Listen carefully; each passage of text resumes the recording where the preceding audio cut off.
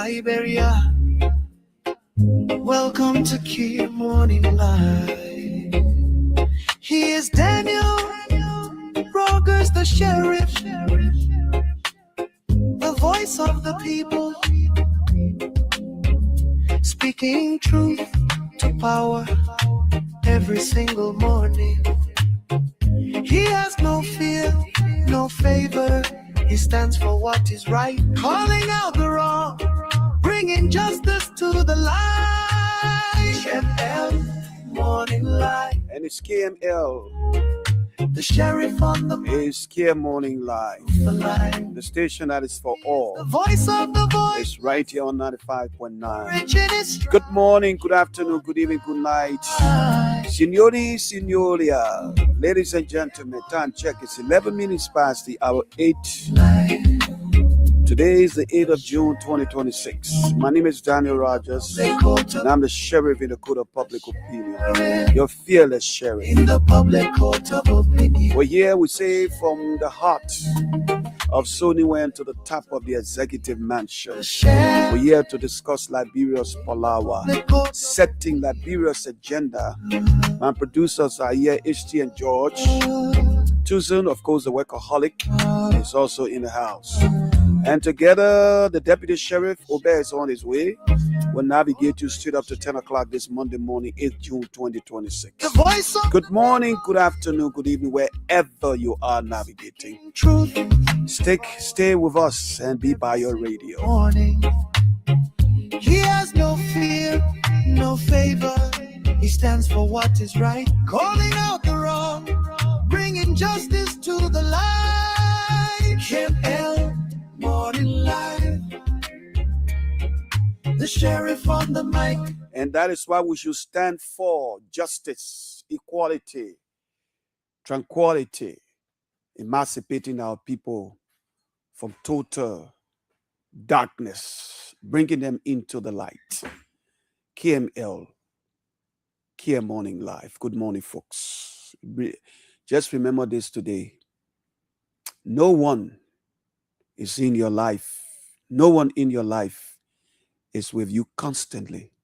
No one is completely by your side.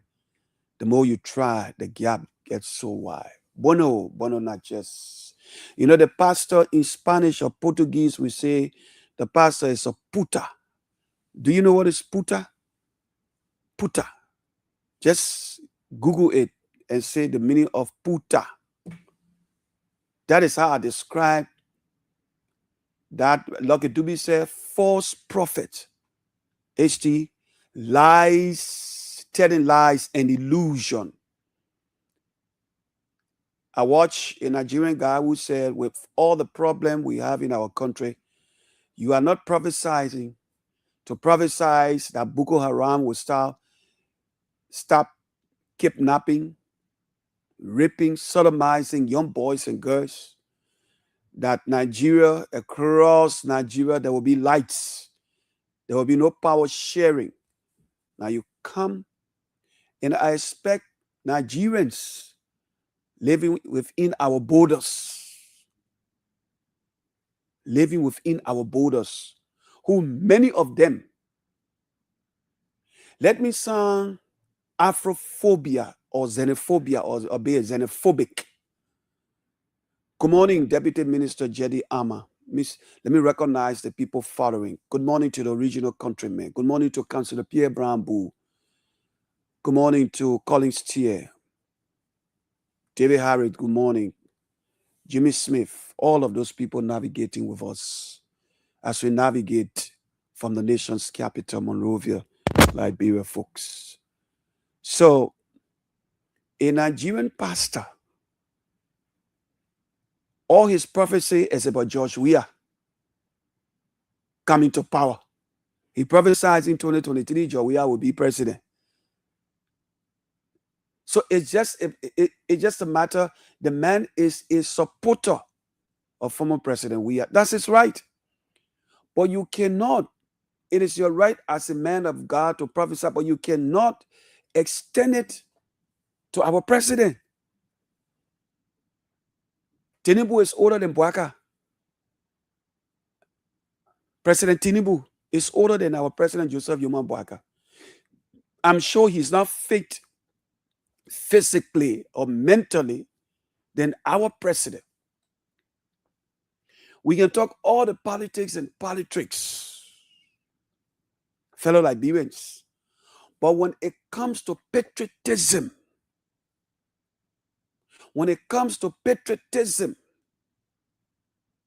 I'd rather die being a patriotic citizen and go that path with our president. He is our president. This was the same nonsense.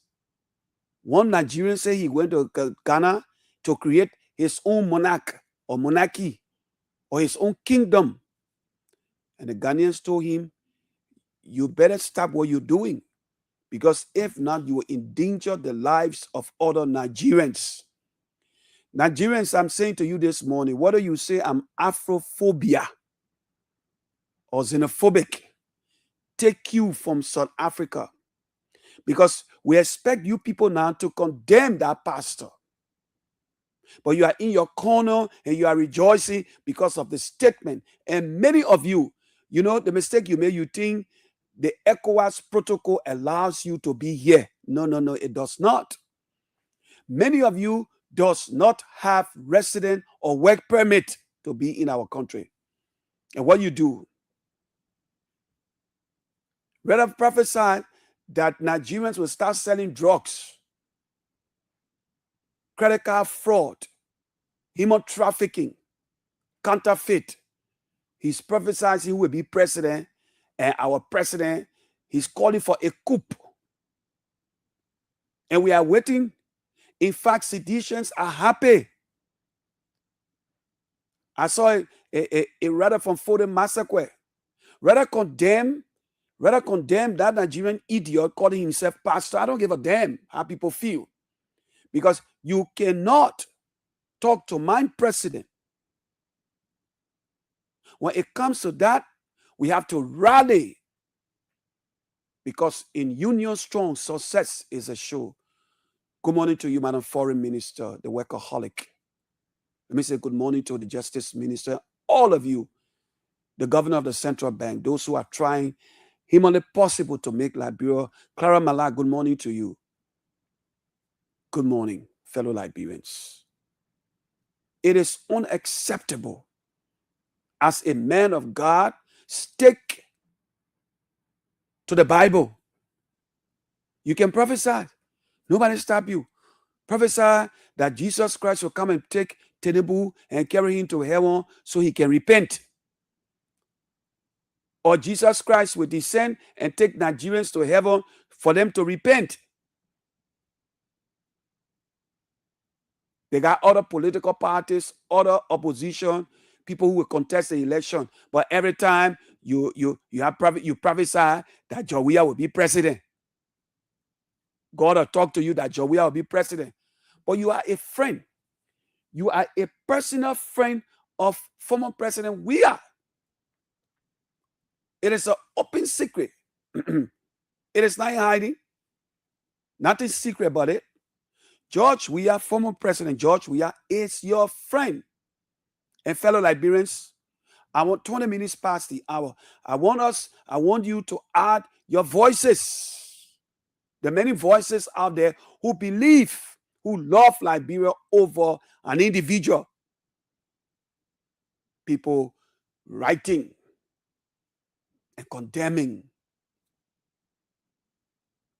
When it comes to our politics and politics, we'll discuss it. But we will not allow a 419 pastor, a scam pastor, to prophesy. You did your prophecy. George Weah can be president. God talked to you. You met Jesus Christ already.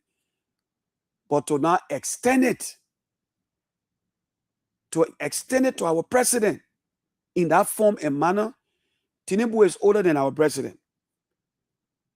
And somebody say he ugly than our president. So what nonsense is that? What nonsense is that, fellow Liberians? Eh? What nonsense is that? You get up and you just open your wide mouth because you think you are protected.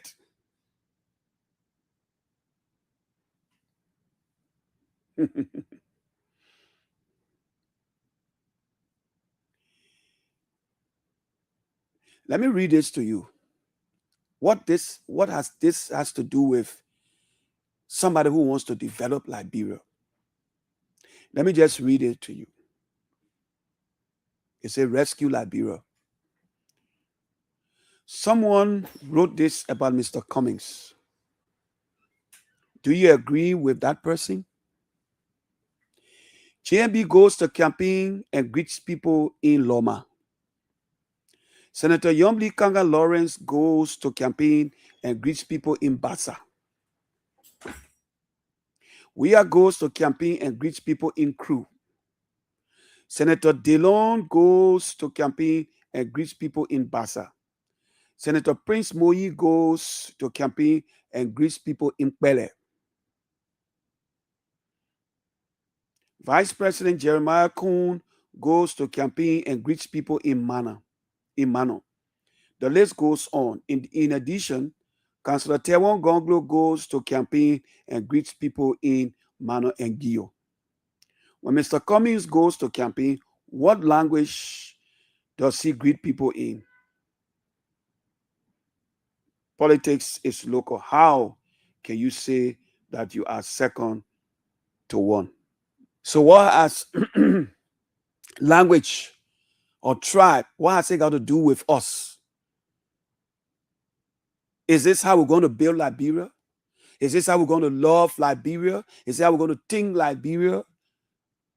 The last time I checked, the president said it will not be business as usual. What is our general language, HT? What do we speak here? We speak English, right? The name Delon, that name Daros, that Basani, Daros Delon, that name Basani.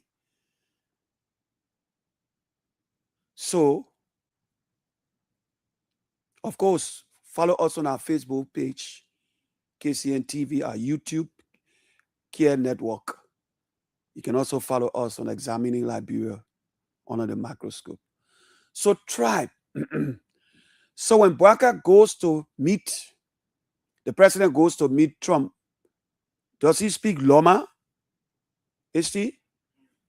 When he goes to meet the British Prime Minister, what dialect or what language? Does he speak a language or his dialect? Generally, this is an English-speaking country. No wonder our country is going nowhere. Listen to the petit thing. Frenchmen say petit. Petit Paris. Small thinking. People think the way they think. Only because you hate somebody. Ellen became president. Did she speak her dialect?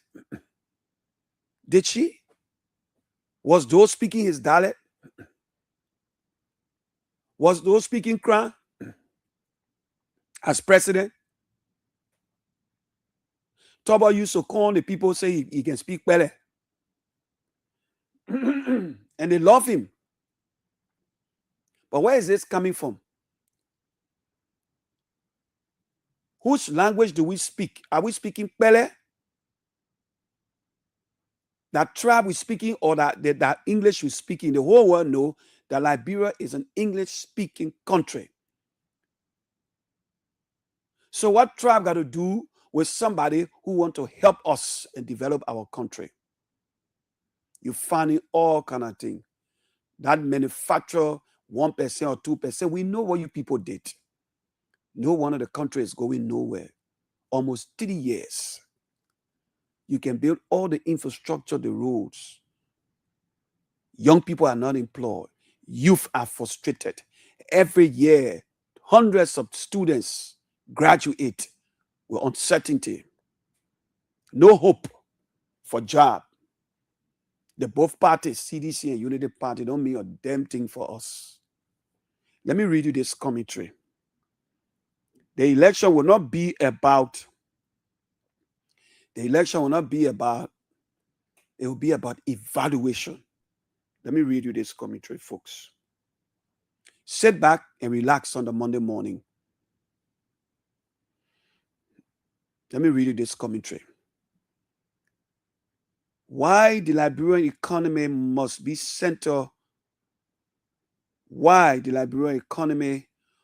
the center of the 2029 elections.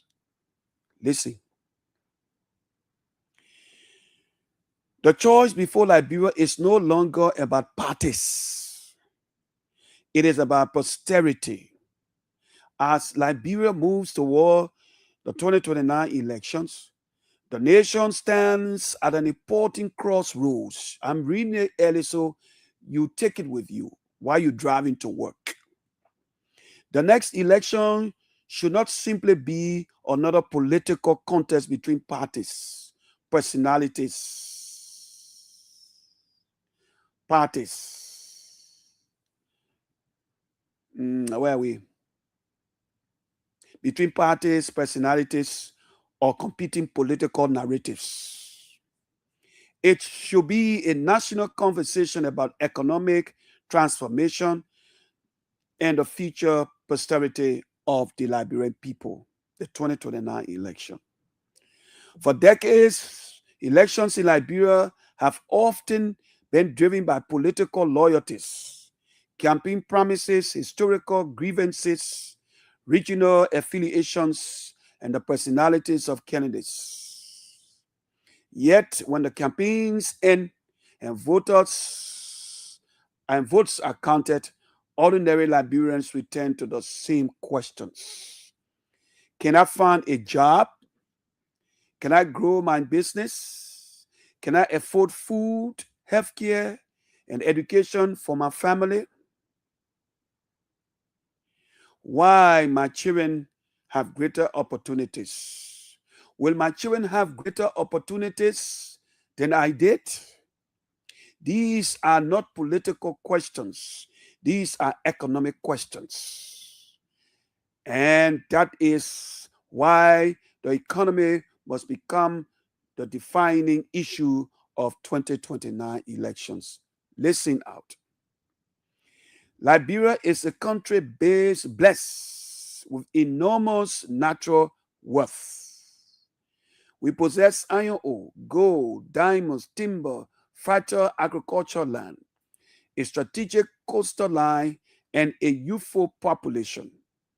We also benefit from a strong diaspora community that contributes significantly to household incomes and national development through remittances and investments. Yet, despite these advantages, Liberia continues to struggle with widespread poverty, unemployment, low industrialization, and limited economic opportunities. The challenge is not that Liberia lacks resources. The challenge is that Liberia has not yet developed a system necessary to convert those resources into broad-based posterity. As we often say on this platform, Liberia is not suffering from a political system.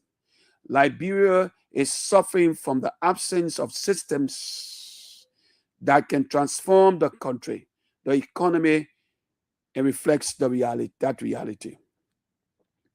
Diagnosing the economy before discussing solutions. We must first understand the problem. Growth without broad posterity. From time to time, economic reports indicate that Liberia's economy is growing. Governments often point to positive growth rates as evidence of progress. However, growth alone is not enough.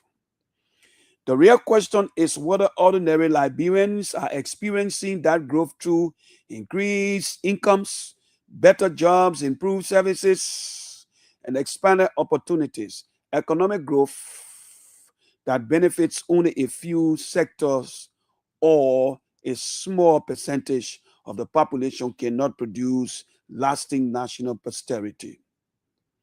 Dependence on raw material exports, Liberia continues to export most of its natural resources in raw form. Iron ore is exported with limited value addition. Timber is exported while furniture and finished wood products are imported. Agricultural commodities leave the country while little domestic processing. As a result, Liberia exports worth while importing value. The jobs, industry, and economic benefits associated with processing these resources are often created elsewhere. Weak private sector development. No nation has achieved sustainable economic transformation without a strong private sector. Yet Liberian businesses continue to face major obstacles. Limited access to affordable financing, high operating costs, inadequate infrastructure, regulatory inefficiencies, and limited access to markets.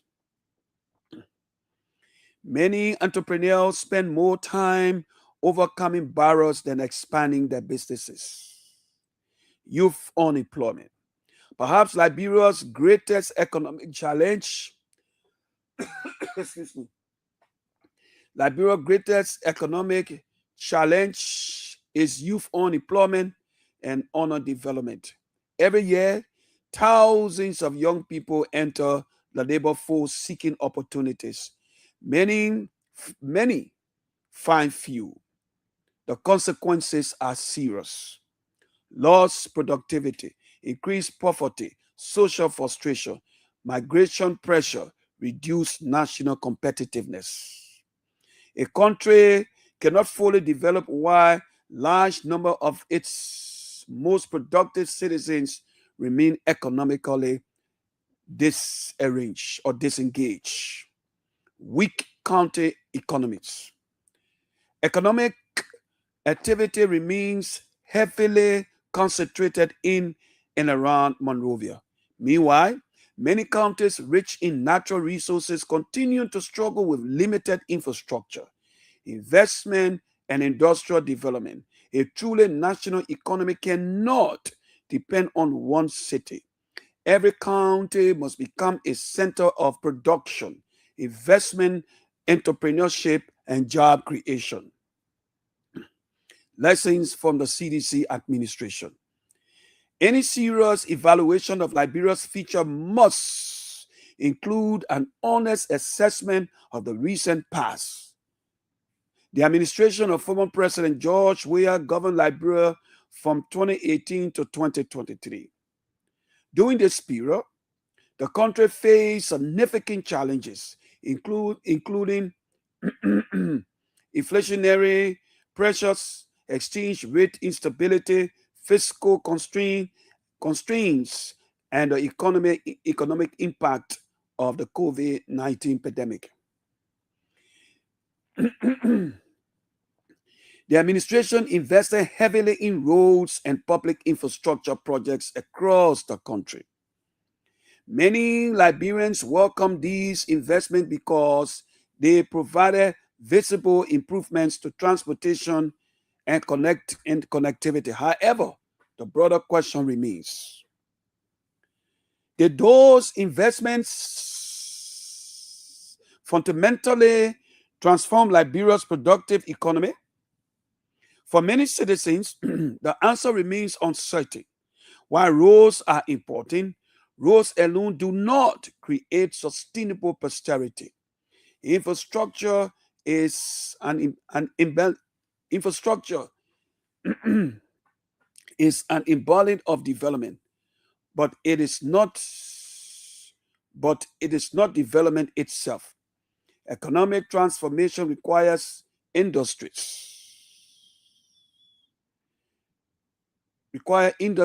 businesses, innovation, agriculture, manufacturing, and employment opportunities that create wealth over time. Assessing the current Unity Party administration. The administration of President Joseph Yuan Boaka inherited an economy facing both immediate fiscal pressures and long-standing structural challenges. Since taking office, the government has focused on economic stabilization, governance reforms, revenue mobilization, and attracting investment. Several economic indicators have shown improvement. Inflationary pressures have eased. Exchange rate stability has improved. Investor confidence appears stronger. These developments are encouraging and should be acknowledged. However, the fundamental test of any government is not whether economic indicators improve on paper. The real test is whether citizens experience meaningful improvements in their daily lives. In their daily lives. Can families afford basic necessities? Are businesses expanding? Are jobs being created? Are young people finding opportunities? Are county economies growing? Past performance must matter. The reality that Liberia's two major political parties have both had the opportunity to govern. The Unity Party governed from 2006 to 2017 and again from 2024 to present. The CDC governed from 2018 to 2023. Therefore, by 2029, voters should not evaluate candidates solely on promises but the future. They should also evaluate performance from the past. Past performance is one of the most reliable indicators of future performance. Liberians should ask, what economic conditions existed when each administration assumed office? What policies were implemented? What measurable results were achieved? How many sustainable jobs were created? How effectively were public resources managed? How much progress was made in reducing poverty? How much value was added to Liberia's natural resources? How much support was provided to Liberian businesses? How were county economies stronger? These questions should apply equally to every political party and every candidate. The purpose is not political blame. The purpose is democratic accountability. Strong democracies are built when voters make decisions based on evidence rather than emotion. By 2029, Liberians have more than enough information to evaluate the strengths and weaknesses of both governing approaches. While the economy must decide the 2029 election, the 2029 election should not be dominated by political slogans. It should be reduced. It should not be reduced to personality context. It should not become a battle of historical grievances. Instead, it should become a national evaluation of competing economic visions. Liberians should demand answers to fundamental questions. How will jobs be created? How will jobs be created? How will agriculture become more productive and competitive? How will manufacturing be expanded? How will Liberian businesses gain access to financing? How will natural resources create more value inside Liberia? How will government expand support to economic growth? How will young people be integrated into the economy? Youth factor. No discussion about Liberia's future is complete without discussing its youth. Young people represent Liberia's greatest opportunity. Do they simply need campaign promises? They need pathways to success. They need education aligned with market needs. They need entrepreneurship support. They need technology and innovation programs. They need access to capital. Most importantly, they need opportunities to participate meaningfully in the economy. The future of Liberia will largely be determined by whether its youth become job creators, innovators, investors, and productive citizens. What Liberians should demand from candidates by 2029, every presidential candidate should be expected to present a detailed economic blueprint. No slogan, no political attacks, not promises without evidence. A blueprint Liberians should know. Which sectors will drive growth? How jobs will be created? How development will be financed? How local ownership will be increased? How county economies will benefit? How transparency and accountability will be strengthened? How economic growth will improve living standards? Leadership should be judged by plans, performance, and measurable outcomes. Conclusion.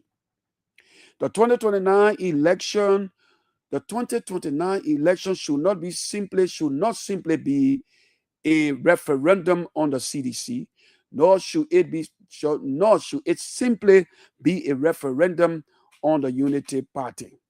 It should be a referendum on Liberia's economic future.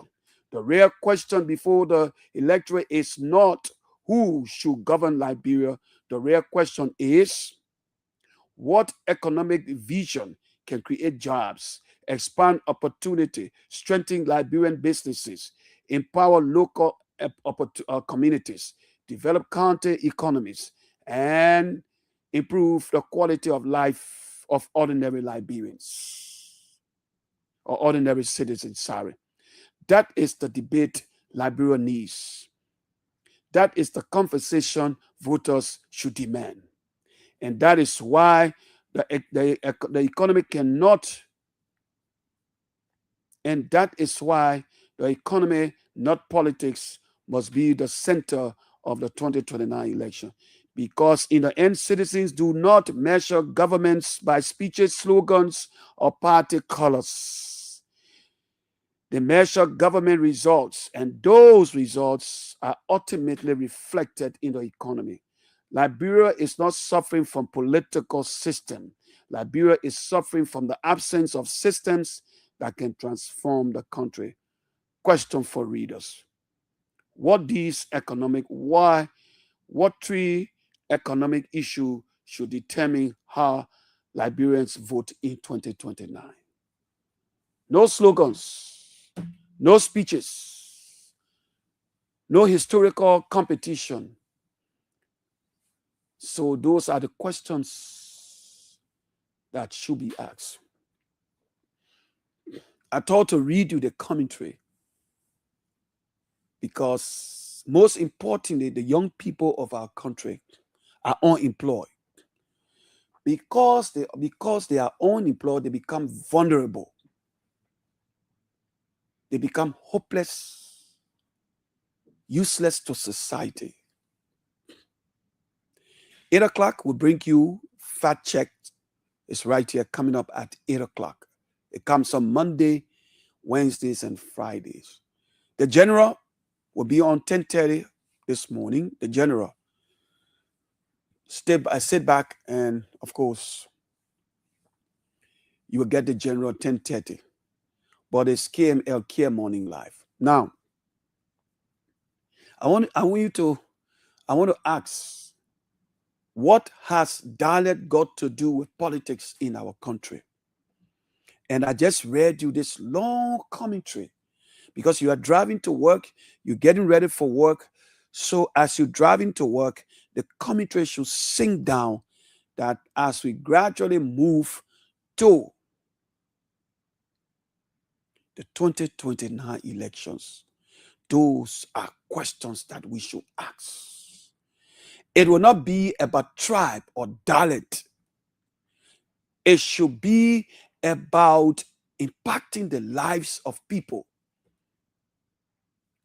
Now, I was talking to this prominent Liberian woman. Fellow Liberians, the health sector in our country is bad. And it's getting bad by the day. The lady said to me, HT, I think you know that lady. Her son was bitten by a dog. And she called this doctor to come to her house to, give injection. When the guy came, he took out the injection or the needle or what to fix the injection to give it to her son, her baby. And out of curiosity, she told the doctor to give her the, the prescription. She wanted to see the name of the injection. She Googled it. The injection the man was about to give the woman's son, 3 years old, 3 to 4 years, was injection that they used to give people who suffer from HIV and AIDS. Are you listening? Something that had nothing to do with rabies. Because she wanted the injection, maybe the dog, had rabies. The injection, fellow Liberians, the guy brought that injection. Then he said to the woman, and sometimes we can, that substitute. The woman said, I call you to give my son rabies injection. You bring injection that people give to HIV and AIDS patient. Get out of my yard. You see what is happening in our country? On Thursday, I was driving home. I stopped to look for the lady whose baby arm or hand was amputated. You remember those 3 folks we saw? Why are you people standing here? Our friend died, and JFK said they can't give us the body. We'll pay $150,000. So it's like we're going to leave the body with JFK. And guess what? This person fell on the girl, according to them. They fell on the girl, and her 2 legs match. So I think she just preferred to die. According to them, they continue to the slipway depot. The driver absconded. He escaped. The owners of the container, that truck went, and the police people released the truck to the owners while the girl died in the JFK. And today, the family want the body. JFK said they can't give the body. Knowing the circumstance in which this girl died, fellow Liberians, JFK is insisting that they will not give the body if the family don't come up with 150,000 Liberian dollars. And that is how much? It's almost 1,000, right? Is it almost 1,000 or around 700 to 800, right? So the children said they will leave the body there with JFK. Too many things happening in our country. Fellow Liberians, too many things happening in our country. On the flip side, OBED and I will talk about the pastor. We'll go deep into that puta. But what do you make? What dialect or tribe got to do with election in our country? That Cummings can speak his dialect. Cummings does not have a dialect. But all our presidents in the history of Liberia, every time they went out to meet people, did they speak their dialect? What dialect got to do with any serious country that what we should be discussing about somebody speaking dialect? And fellow Liberians, I don't get it. I really don't get it. Is that how we're going to develop our country? The man can speak dialect. The other people go to speak dialect. But all the people who can speak dialect or who spoke dialect during the campaign, what have they done for us that we are stuck? Let's take 10 minutes of your time. Fact checks will come coming up at 8 o'clock. Let's take a few minutes of your time. The numbers to call are 0777 959 959. Our Lone Star number 0881 871 670. Let's get your thoughts. Do you agree that the 2029 election should be about job opportunity, employment, and not the same old rhetorics? Fellow Liberians, not the same old rhetorics.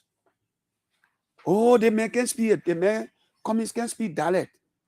That OBED can speak dialect. Communists can speak dialect. That OBED can speak dialect. But when you go to talk to Trump,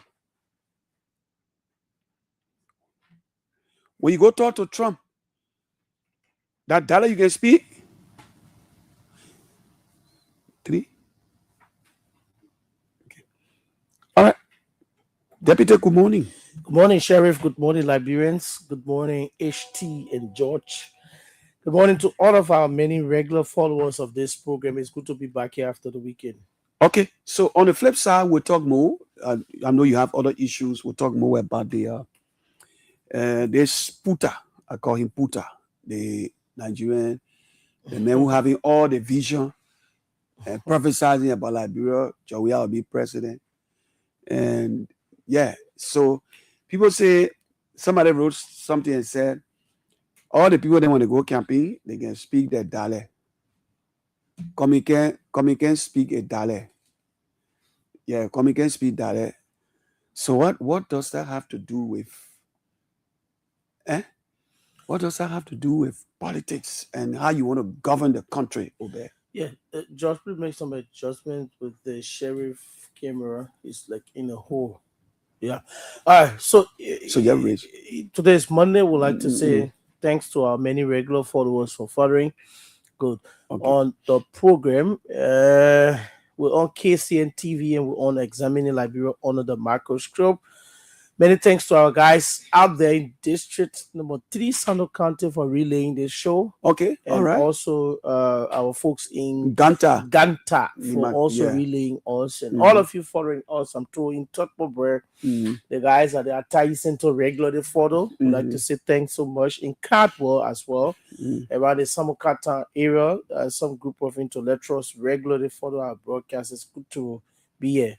And like the sheriff said, following the fast check segment, we'll exclusively talk about the religious prelate and his many prophecies, especially on Liberia, that has sparked up debate. That prophecy, yes, only on Georgia.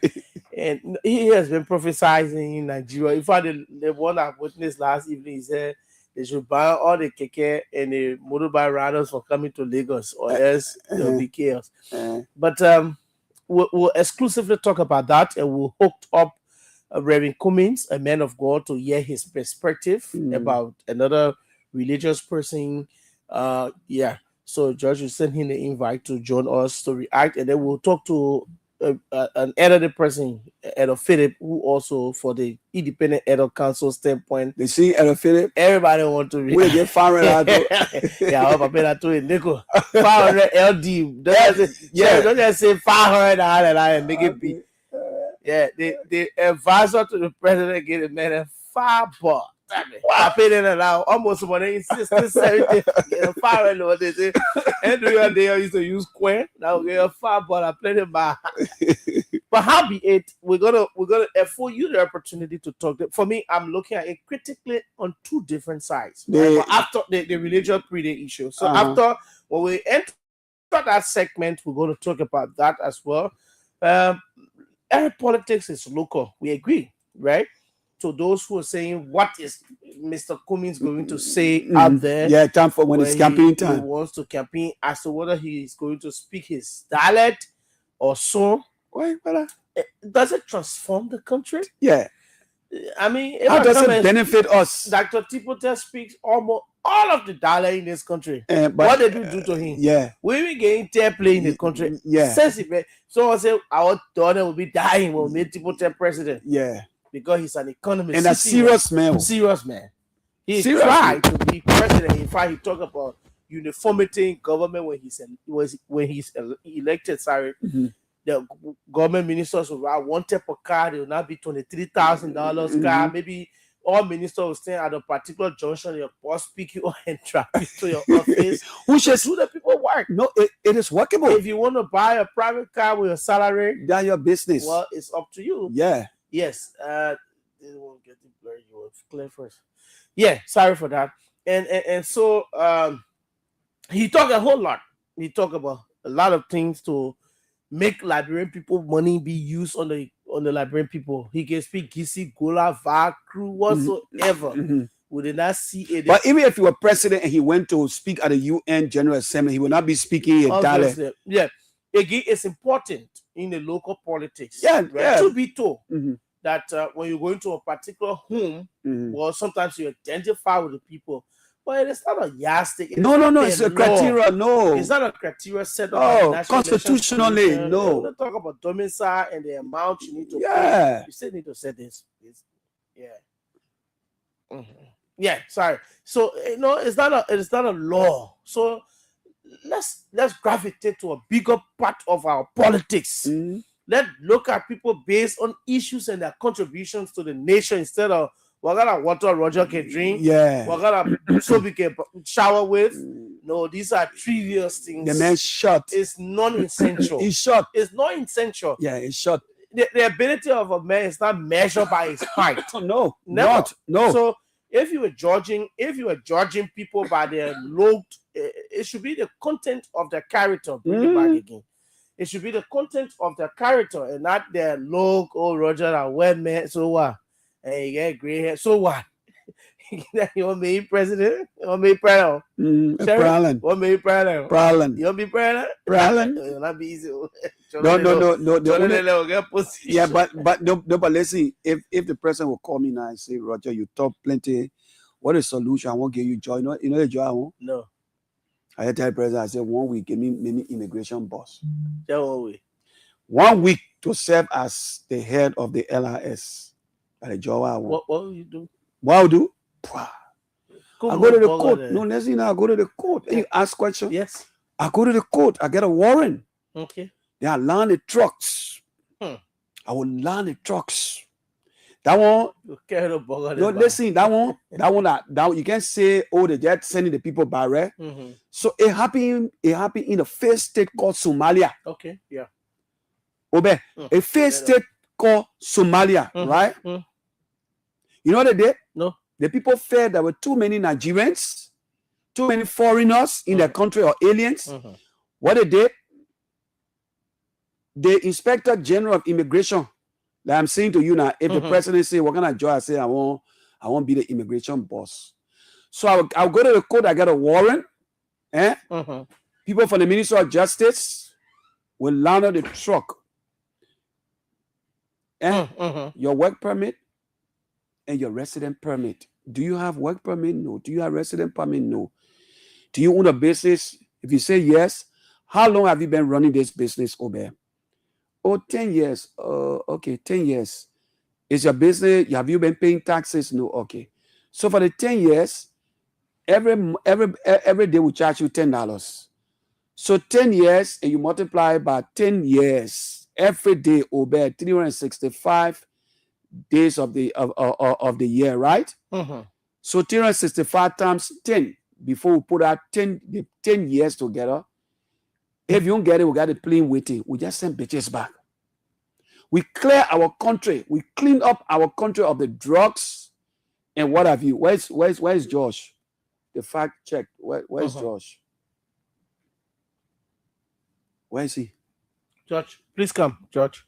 Yeah, okay. Yeah, so that's what we do.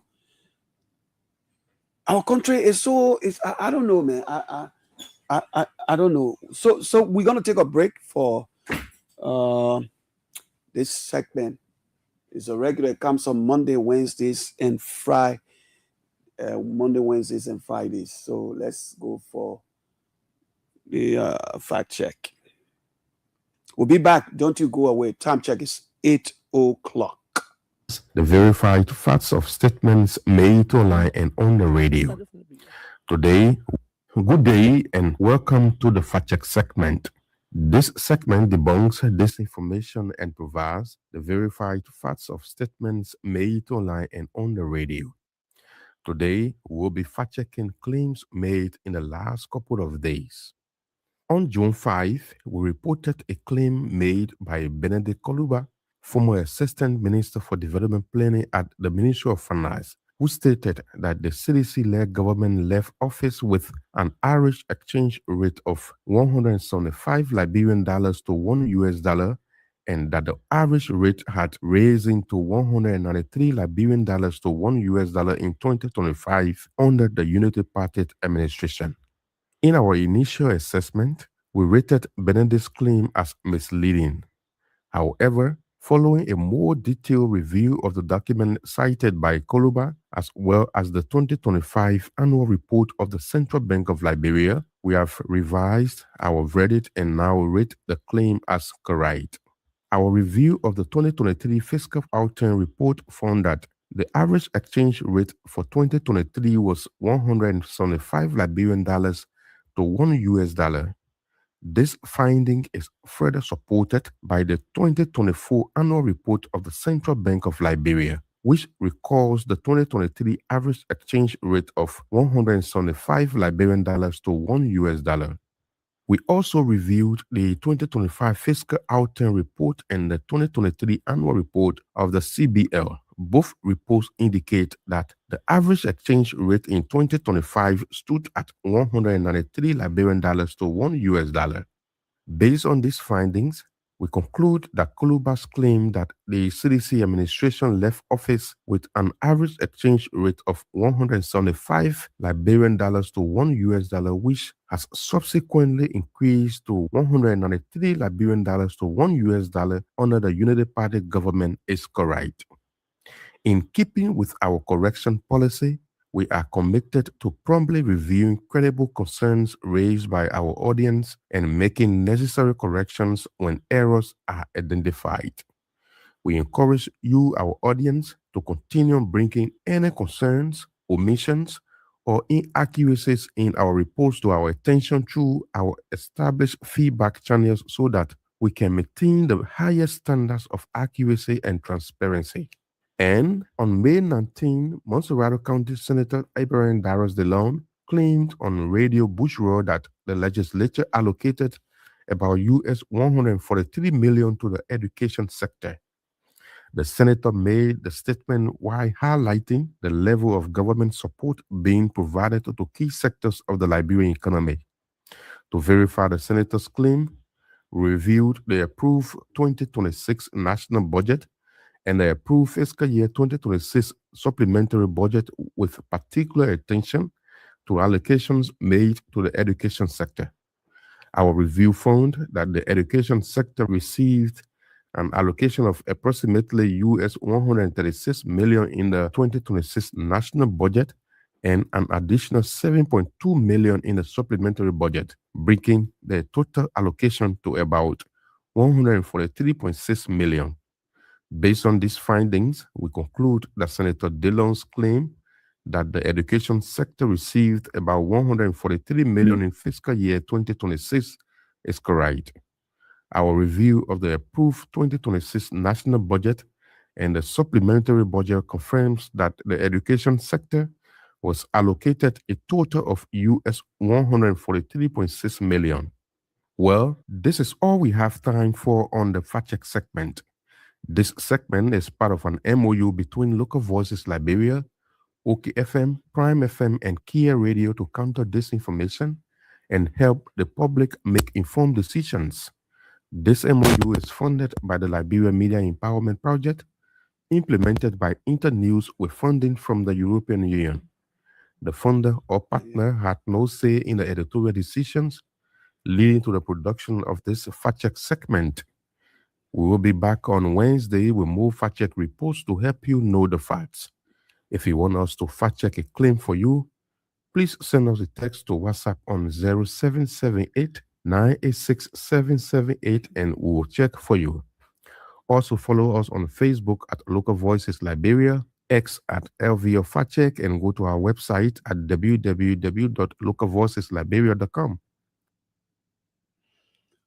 Okay, join us Wednesday. But let's take let's take T. Benjamin Myers. He has a concern, then we go to our discussion. Okay. Yeah, Benjamin, good morning. Good morning, Daniel, and good morning to Ben. Good morning to your listening audience. I'm honored to be with you this morning. Good morning. How is the work ministry? Well, our bit of health is good. We are moving fine as usual. Okay. And of course, we are the central focus of government's achievement currently, because we are building roads, connecting neighborhoods, connecting counties, connecting regions. And so that's what we have been commissioned to do. And the Minister of Public Works has remained very firm on his job, along with his technical management team. And they are doing what they can to meet the expectation of the people of Liberia, the expectation of the president, who afforded him the opportunity to serve as minister. Great. At the start of the rainy season, what have you for the public? We're told that there's been a whole lot of commitment relative to road connectivity and some works being done by the Ministry of Public Works and designated companies to spearhead some of these major corridors and routes in our country. You care to walk us through for those who are listening? But before then, something happened in Lofa. Yeah, we'll come to that. I know you follow it, right? Yeah. That's the key. Yeah. Okay. So just walk us through, and then we'll yeah. Yes, definitely. The Ministry of Public Works, through private contracting firms, construction firms, so to speak, is working on a lot of things in different counties. And so these contractors were hired through an established procurement process, and they were commissioned or given letter to proceed on different corridors. And as you are aware, the Southtown Road preparations are being made, Southtown to Barclayville. Of course, we have concluded procurement process for the construction of 50 kilometers in that area. So currently deployment is going on. And between Tapeta to Zweju, of course, we'll have 4 contractors within that particular corridor to ensure pavement beginning the dry season. And they are currently deploying along that route because that entire stretch of road was contracted on the president's 100-day for maintenance. And the contract has ended after 2 years. And of course, we're moving forward, deploying contractors there now to begin pavement. So by the dry season, pavement will start, but in the meantime, they will carry out routine maintenance of the road during the rainy season to ensure that the road remains pliable until at which time they get ready for pavement. So as you travel along that route during the course of the rainy season, you will see them deploy, doing grading and shaping of the road continuously, adding laterals and rocks and aggregates to areas that are demonstrating signs of being destroyed, so as to maintain the roads. But we've secured money for the pavement of that road up to Fishtown, and we're looking forward to seeing real pavement starting by the beginning of the dry season. And the minister has made commitment several times that between now to 2029, latest 2030, you'll be able to drive from Monrovia all the way to Harper. And I can say to you that from Fishtown to Harper is already paved. Okay. And the road between Ganta to Seclepied has improved exponentially, and the road between Seclepied to Tapeta is currently at 94% completion. So you can almost drive from Ganta to Tapeta on paved road, and efforts are being made to ensure that we extend from Tapeta to Zweju and Zweju to Fishtown on paved road as well. A lot of things to talk about. We hope we could bring you on the minister, so we can sit. Yeah, first to tell us exactly major challenges and achievements under this administration. One key thing that the sheriff talk about, one key thing is that you were accused for the Menicoma Highway people who went along, groundbreaking. Yeah, people. And there was a journalist who wrote an open communication to the Minister of Public Works. In his letter, he said that he's concerned about disbursement of funds to journalists after the groundbreaking. He accused you, Benjamin Myers, of not dividing the ball as a midfielder representing the ministry, according to him, that only a journalist, for the record's sake, or an entity receive their compensation from the ministry to elevate the groundbreaking ceremony. Before he answered the question, was there an agreement, Benjamin Myers, between the ministry and those who, or they just heard that the minister will be going, and so they came to cover the program, and out of generosity, the ministry decided, okay, let's give them transportation. Was there a consummated deal between the ministry and those who? Did you take journalists along, or local journalists? So thank you for that very brilliant question. And I'm not surprised that people would behave in such a way. As you're quite aware, all of us have had our share of journalism. And OBED and myself worked at Joy FM for a very good length of time. And you, Daniel Rogers, I had just a little encounter with you. I had FM, we ran show together just for 1 or 2 times. And all of you guys know me very well, and I know you guys very well. And all of us know what it takes to be a real journalist, and we know what ethical journalism means. The first thing I want to say is that there was no formal arrangement with any radio station in Lofa County. Okay. To say, come and cover our program and we'll pay you XYZ a mile. We never had that arrangement. We only had arrangement formally with 3 radio stations in Montserrat County. It was OKFM. We wanted OKFM to have done relay of our show. And we also spoke to the state radio, and then followed by Spoon TV. So all of those things were settled. Interestingly, D Flo, who is the Deputy Director for Broadcasting, did not even receive the amount we appropriated for LBS until I left for Lofa County, because I left ahead of the team. And even when it got at Minicoma that morning, I was emceeing the program. They didn't even have the time to pick up their money from me until the president left for another program in Foya and left us back. So to the extent that I came to Monrovia, and 2 days afterwards, before they came back for their money, the money was correct. If you know D Flo, of course, D Flo is a popular journalist. Everyone knows him. You can call him and ask him. And the thing is, we did not have any formal agreement with them. As usual, journalists will come around, and then we, out of just sympathy, or maybe being grateful for things that are happening, we decided to provide gratuity to some journalists who helped to cover up the program. It is not that we're paying them for their stories. How many? Because how many were they? We had 7 of them. In Lofa. 7 of them. Lofa-based journalists. They are Lofa-based journalists. We have 7 How of them. How come they accuse you of only identifying with Lofa? Is it Voice of Lofa or Lofa I? But OBED, let me say this scenario, right?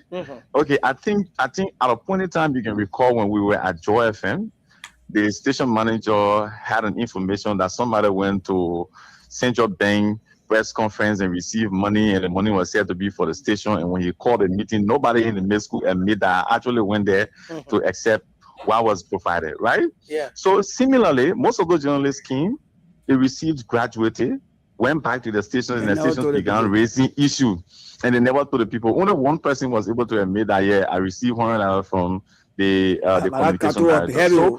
So yeah, but we have to make it that way. So another person whose name is Daniel, also from Radio Tama in Foya County, also admitted. But our interaction was just, one-on-one from journalist to journalist, not concerning the entire radio station. Because look, we all know how it is expensive to go hire one whole radio station and say we are hiring to cover our program. It wouldn't even be 700. Okay. so to speak, Has right? this reached the consent of the ministry, perhaps the minister, because that was an open communication rating directly to him? Well, basically, I don't think the minister is not going to give down steam.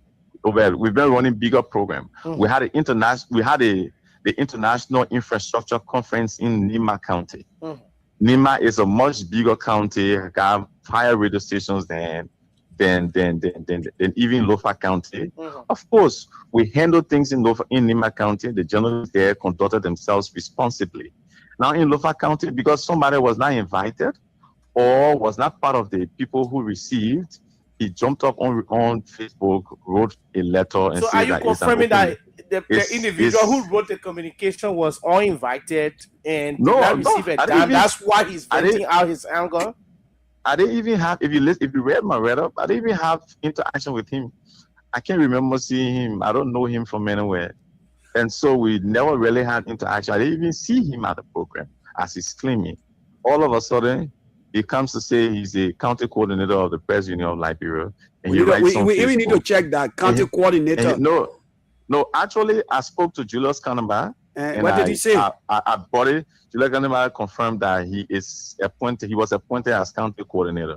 Okay. And so this morning, I'm writing a formal complaint to the Press Union of Liberia to complain that particular journalist so that the Press Union can go into it and see what kind of disciplinary action they could take in the eventuality where the facts are revealed. Because, OBED, I say no lie, when a young man tries to make progress in this country, not too many young people will be happy because it is happening for another person.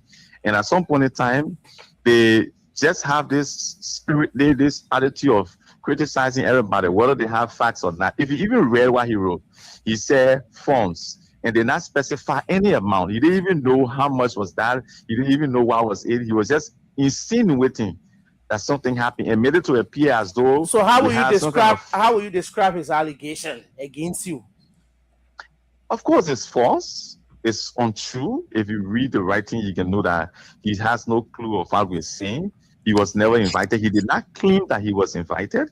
He did not state that he was invited. We never had any interaction prior to and after the entire program. I don't know him. I don't know where he's coming from. And all of a sudden, he thinks he can run a smell campaign against me simply because he was not part of the people who had the privilege to get graduated from our program. Okay. And as I say to you, it is even shameful that journalists will be having a sense of a legal claim to cattle. It is even shameful. So, but be that as it may, I understand. I understand. Thank you. Before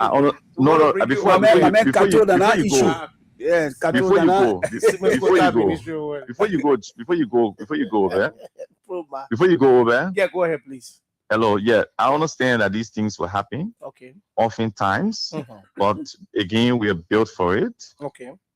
We understand the circumstances around all of these things, and we are going to take our time to navigate through the storm. Great. And we'll bring it before the attention of the PEL for the PEL to make a decision on this matter. Thank you.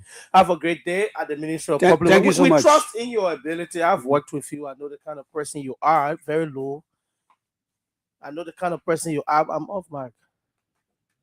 You are? Okay. I know the kind of person Benjamin Meyer is. He's a very a great guy. He came from the ANC as the head of the youth secretariat. So yeah, head of the youth at ANC, and then later on he resigned from active politics into journalism. And yes, that's it. But we have to transition quickly. We will talk about the religious prelate there in Nigeria, who has prophesied on the nation, specifically the political leader of opposition CDC, his friend, according to many folks who follow him as well. Religious matters really needs to be talked about by religious prelate, pastors, and bishops. Yes, we the ordinary people who are not in that position. God hasn't spoken to me yet directly. I don't know why it takes to even speak in tongue, right? But when these people who are bishops and pastors, that sit on the altar, the sacred place, the holy place. And a lot of people look up to them for direction when they speak. That's why everywhere you go, when they say that pastor here, the respect is different from a politician. When they say that men of God here, we take it so seriously because that person is preaching or disseminating God's information from the Holy Bible or from a standpoint where they believe that God exists and interpret it to us. It serves as a guidance and direction for us.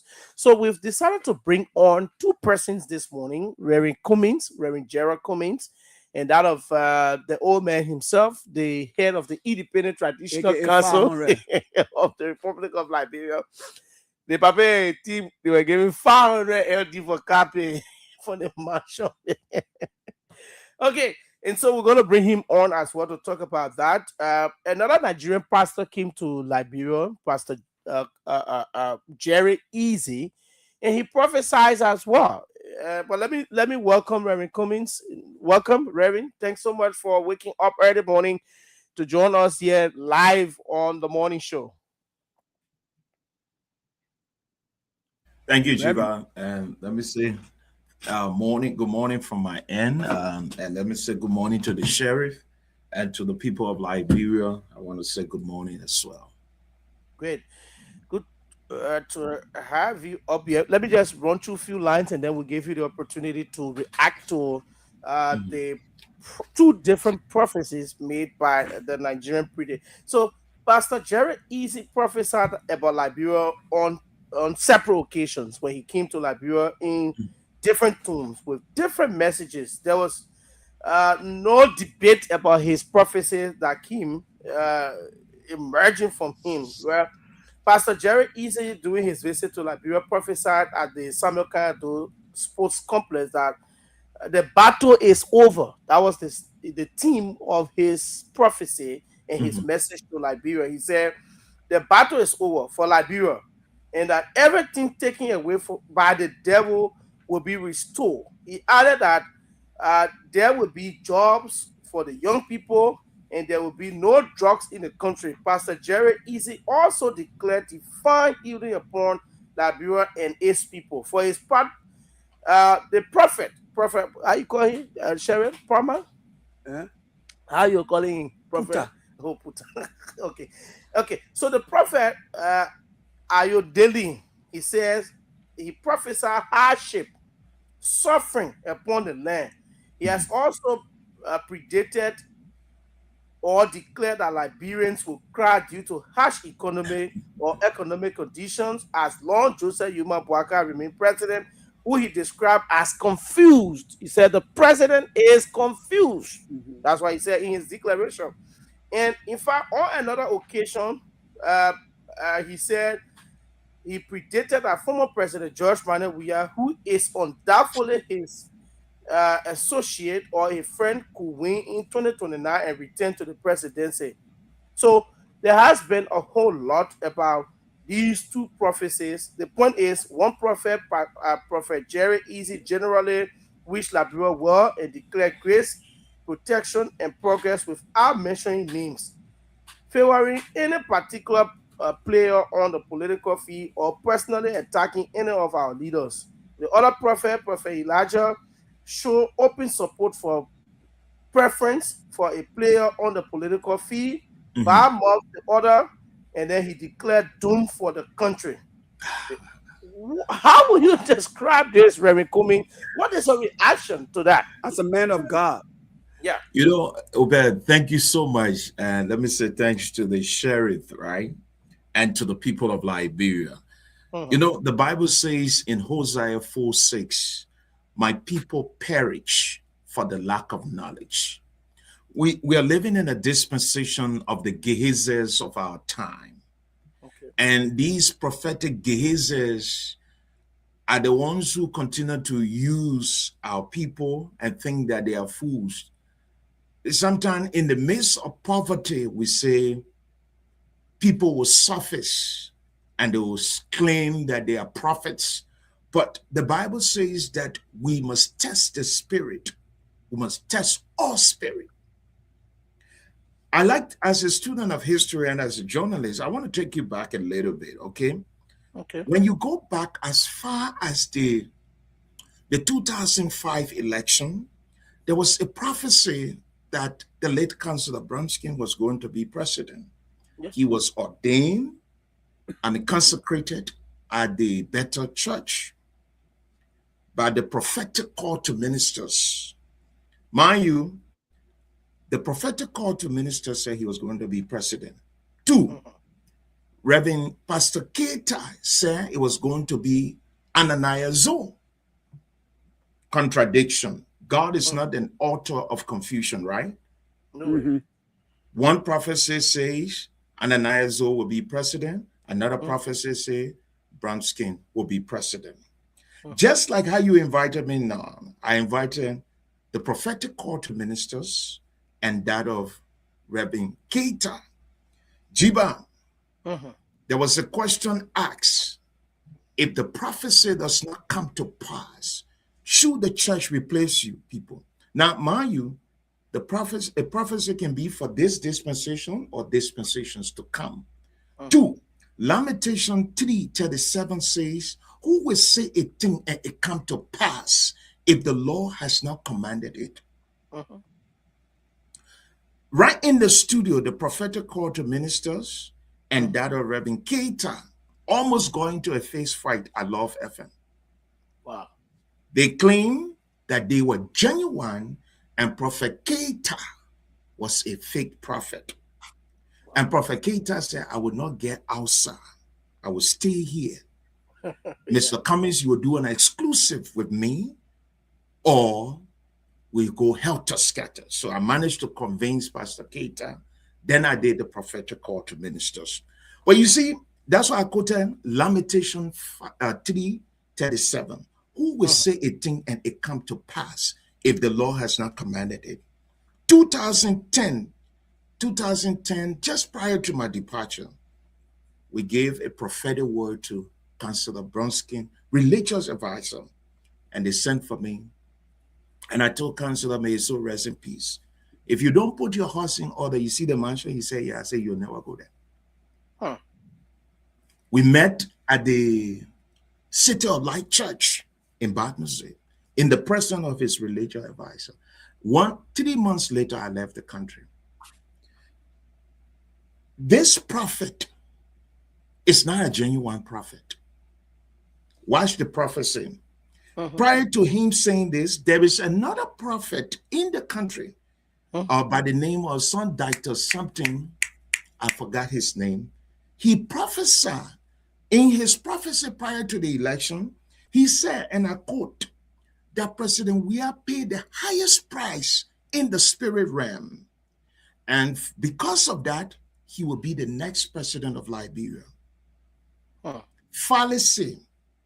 From Genesis to Revelation, the highest price paid was the atonement of Jesus's life. That's why in Revelation, it says in Revelation chapter 12:11, it says, they overcame him by the blood of the Lamb and by the words of their testimony. That's why, OBED, you will notice in the full synoptic gospel of Jesus Christ, Jesus rode upon a donkey. The reason why the donkey was used, because in Isaiah, it was prophesied that the lamb will replace the donkey. So it was not the donkey that went for sacrifice. It was Jesus that became the lamb. So that prophecy is fallacy. A prophet cannot say that because this person has become the president, this is God's church. Because the reason why I went back to the historicity, the prophetic call to ministers said that if Madam Salih become president, we were doomed. We were doomed for destruction, and that we rejected God's choice. And then miraculously, 2010, God gave me the revelation. This time around, I met the late Councillor Bromskin. As a matter of fact, OBED, to tell you that the prophecy was genuine, he and, I guess you know Philip Brown, right? He and Philip Brown couldn't see eye to eye. Councillor Bromskin asked me to work with the Liberty Party. I said, I don't work for a political party. He said, why? I said, because I'm a radical. I don't bite nor blow. And he asked me who you work for. I said, Philip and Benina. He said, no, I can't tell the faith, but I say, if you want to be president, if you are a man who fear God and honor God, then you must be a man of peace. I made sure that they had a reconciliation meeting. That tells you that this is a prophet who is balanced, right, at an equilibrium. But how can you just say, and this is not the first time, how can you just say that we are doomed for destruction? Let's look at Nigeria, like the sheriff said. Let's look at Nigeria. We have Boko Haram from coast to coast in Nigeria. They are amputating people. They are raping young girls. They are doing all kind of unspeakable things, mainly against the church. But you are not praying to bring the church together, like in the days of Acts chapter 12, verse 5, to bring the church together to pray that whoever the herald is, that the wrath of God will rest upon them. But I will say this, right? Like David prayed and said in 2 Samuel chapter 15:31, he said, let the counsel of Ahithophel turn to foolishness. That prophecy will not go anywhere, because if he was a genuine prophet, when the auditors die, a true man of God who claimed that this president is an affiliate or an associate of him, the president desecrated the church he stood in, the altar, without further investigation, to say that these people, Gifty Lama and Abba Peter, without forensic investigation, nothing, to stand in the church on a Sunday and say they were making love, then show me your prophet and I will tell you who you are. Show me your church, then I will tell you who you are. So Liberia is not doomed for destruction. I strongly believe what transpired 2023, if you follow the prophecy that we gave concerning the election, that's why I said, who will say a thing and it come to pass if the law has not commanded it? So your description is that the prophecy is fake. It's fake. And it favors a politician, and that wouldn't come to pass. You do not see it genuine or biblical to come to pass. Let's look at the reaction of the players as well. Those in governance now, their reaction. How will you describe that as well, Reverend? You see, the players involved, President Weir and the other President Boakai. I'm talking about those who are governing the state currently. Supporters of President Boakai's reaction to that of the clergymen as well. Is it harsh for him, or he deserves such reaction? Listen, like I said earlier on, we must test all the spirit, right? Test the spirit first. And an open rebuke is better than a secret one. Maybe their utterances, their tone, because if I must rebuke you, we must look at the prophecy from scriptural perspective. Let's look at it from the historical context, the cultural context, the setting. Who's saying this to whom and why? Why is he saying it? So I must rebuke you using scripture. I must rebuke you telling you that if this is of God, show me the lines that says that we are actually doomed. And two, God is not responsible for bad governance, neither bad governance, right? God uses bad government and bad governance to chastise the people. Are we at that point? Are we at that point? So see, he pointing to one particular direction. He's saying President Weir will return. I'm not a unity party person, but if you say I'm a man of God and a Liberian, if you say that the God that I know, that we are doomed for destruction, I don't see destruction though. I don't see that level of destruction. He's not the first person. I will share another video with you, and here a group of pastors and myself openly rebuke him. We rebuke him, and then we organize ourselves as pastors from Liberia. We did 1 day prayer and revival for the nation, and we spoke prophetically over the atmosphere that whatever thing that pastor from Nigeria was saying, it will go to Nigeria. It will not come to us because we passed that stage already. But Gerald, yes, sir. Like the OBED said, mixed reaction. People from the the The more early, CDC. the CDC, and this is why I say to the Liberian people, like you said, you are not a Unity Party partisan. I am not. I have no political party, but the reaction from the Unity Party, words of words now from both parties, Uh-huh. some condemning, some praising. And people say, well, as a man of God, you are entitled to what you want to do. But Yes, sir. when you come to desecrate, and you come to say things that you're not supposed to say against the leader, somebody said he has a right, as a man of God. But that right has a limitation. Mhm. Now to go now and attack. So people are also attacking the Nigerian president now as a man of God. What do you say to that? I think they're in error, praise sinking and then sending words for words. They're in error. The best thing to do, if I was a Unity Party partisan, because Daniel, big brother, the prophecy I gave concerning President Boaka that he will win the election, there were prophetic warnings of things that if they don't do those things, that these are the things that will happen. But do you know that people only copy a clip of what I said will happen, only concerning the winner, and they left an entire portion back? So if you will say, because Daniel Rogers said this, so I'm rejoicing, yes, I'm happy. That's what Hosea 4 says, for the lack of knowledge, my people perish. So to some, it's good for them. Yes, this will happen. This is what we want to see happen to President Boaka. This is what we want to see happen to the country, because we know that we were doing the right thing. And now a man of God is saying it. A man of God is saying, so I rejoice.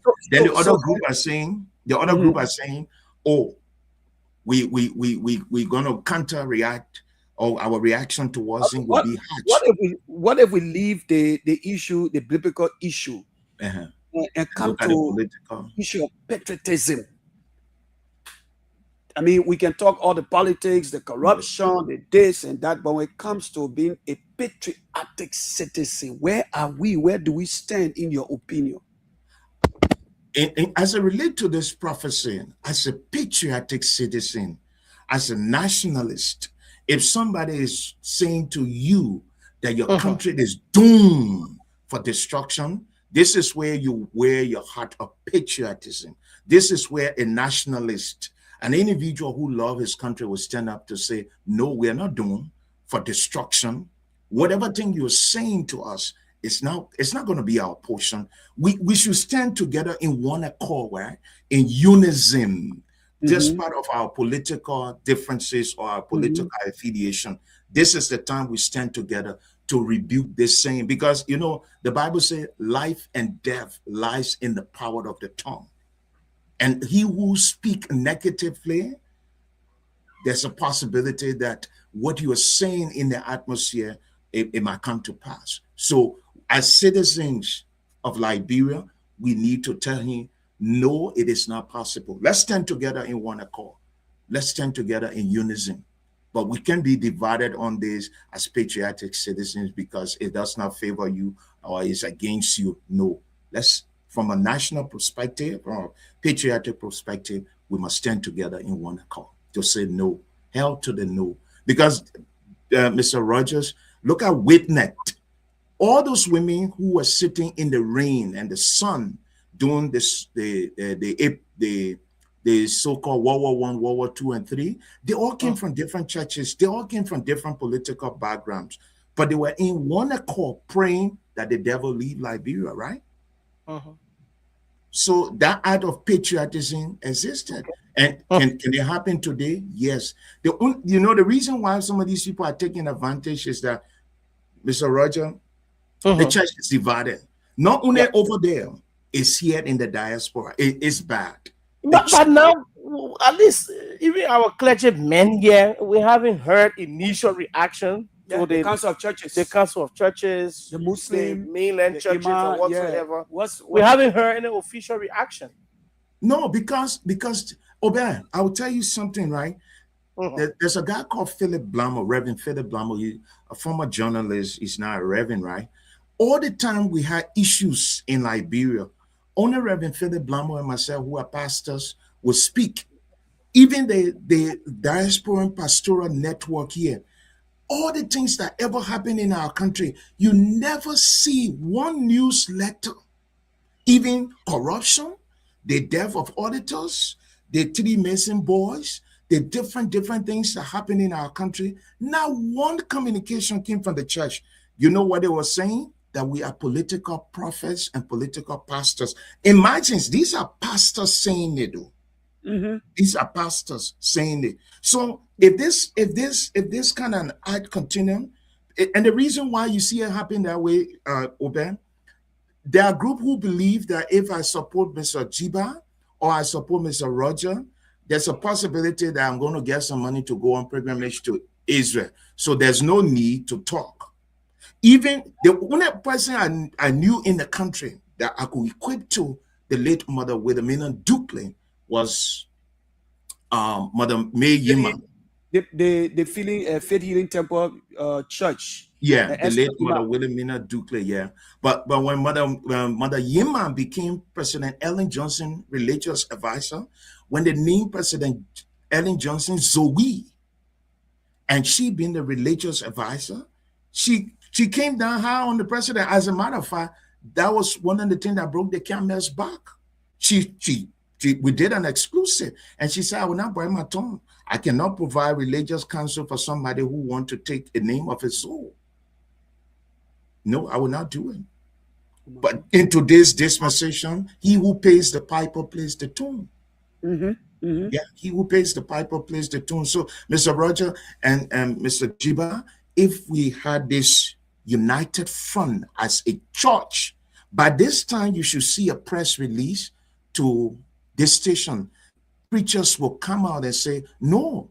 So it's like if Mr. Roger is a pastor and a man of God sitting in Nigeria and telling you your country is doomed for destruction, and you are not doing anything, you're not saying anything. You know, when Nineveh was faced with a plague or destruction that was coming, when the message of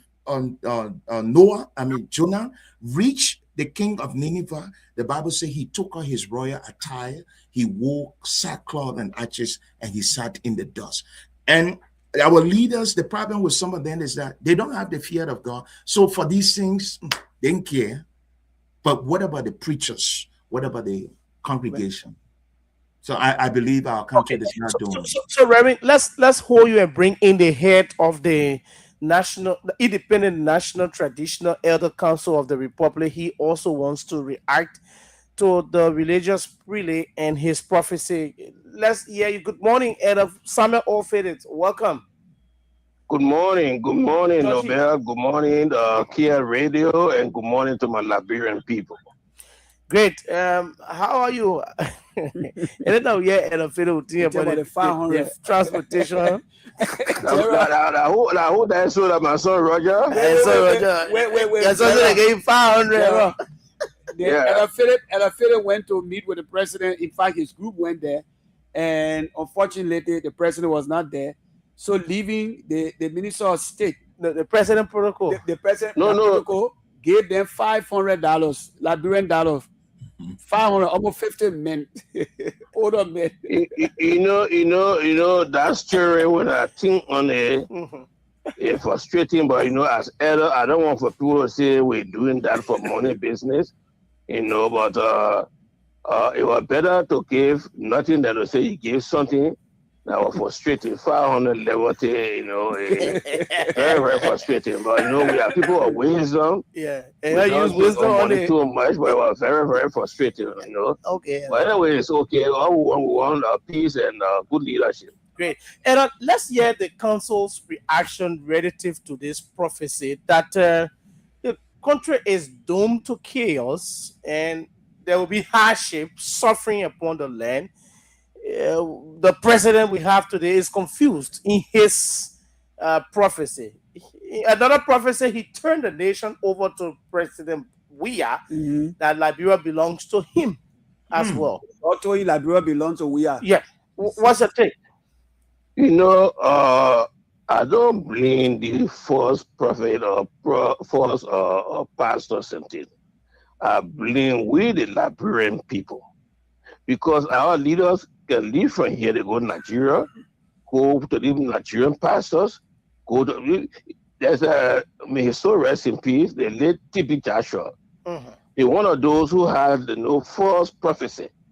The Prince John C.O. We are whosoever, all of them used to rush there. You know, as chairman of the Liberia Independent Elder Council, I strongly condemn his statement. And his statement is very threatening. His statement is very dangerous. And it is not a statement from men of God. Okay, we have Nigeria. Liberia. No, he is not a man of God. Yeah, because you say a man of God. No, according to you said a statement from a man of God. Is he a man of God in the first place? No, but he claimed to be a man of God. But a man of God will not give false prophecy. Mm-hmm. A man of God will give. Look, even that only that Nigerian pastor. We're doing the weird administration. We have the spiritual advisor to President Weir. He took money from people to go to Australia. And he never did that. He had to go to the religious advisor to the president. He allegedly took money to send people to another country. He received money from people in the need of spiritual men, blah, blah, blah, blah, blah, blah. These guys are not people to trust. Okay. You know? Some of them. Some of them. I come in my son. Yeah, let's say some of them. Some of them. Generalization. No, let's say some of them. Some of them. Majority of them. Majority of them. Okay. Yeah, let me put it that way because I have evidence. The majority of them. Few are very, very good. Yeah. But majority of them. And a particular man here, okay, I'm appealing to all Liberians to be united and fight against the statement this man made. It's not about President Wakai. It's not about Unity Party. It's not about CDC. Okay? I see people on social media, some people backing him. Oh my God. Oh my God. Where are we heading to? We should strongly condemn this man for it's an insult to our president and to the nation. Look at what remark he made. And it's a threat. I'm appealing to the foreign minister. Oh, my daughter, I'm appealing to you. Please, you invite the Nigerian ambassador. Because it's a threat to our peace. You invite him, let him give statement on this man here. In fact, that man in Nigeria, by now, is going to be dealt with. He kept coming to Liberia. He promised that we are going to win the 2023 election. These are people that are misleading the whole world. So as chairman of the Liberia Independent Elder Council, I'm appealing to all Liberians. We shouldn't play politics about this. We all should be united and condemn this man here. Condemn this man. Most of these Christian people, they are in the interest of their own self. Okay? When they come, they say, oh, you will be president tomorrow. They will take $1,000 and give it to them. Oh, tomorrow you get scholarship, they give $1,000 to them. Let me tell you something, gentlemen. I don't go to church. I pray every day. I have 2 cars. I have my Jeep and my pickup. All of them ratting, all of them old. But I had a small old New Testament on the dashboard.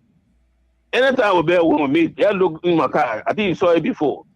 Okay, it's always on my dashboard. I pray every day. You pray, God will hear you. Okay, but good pray to God will hear you. But this guy, they try to commercialize the gospel to enrich themselves. Then they say, "Oh yes, that the man of God." They're making business out of the gospel. Okay, go see some of the pastors.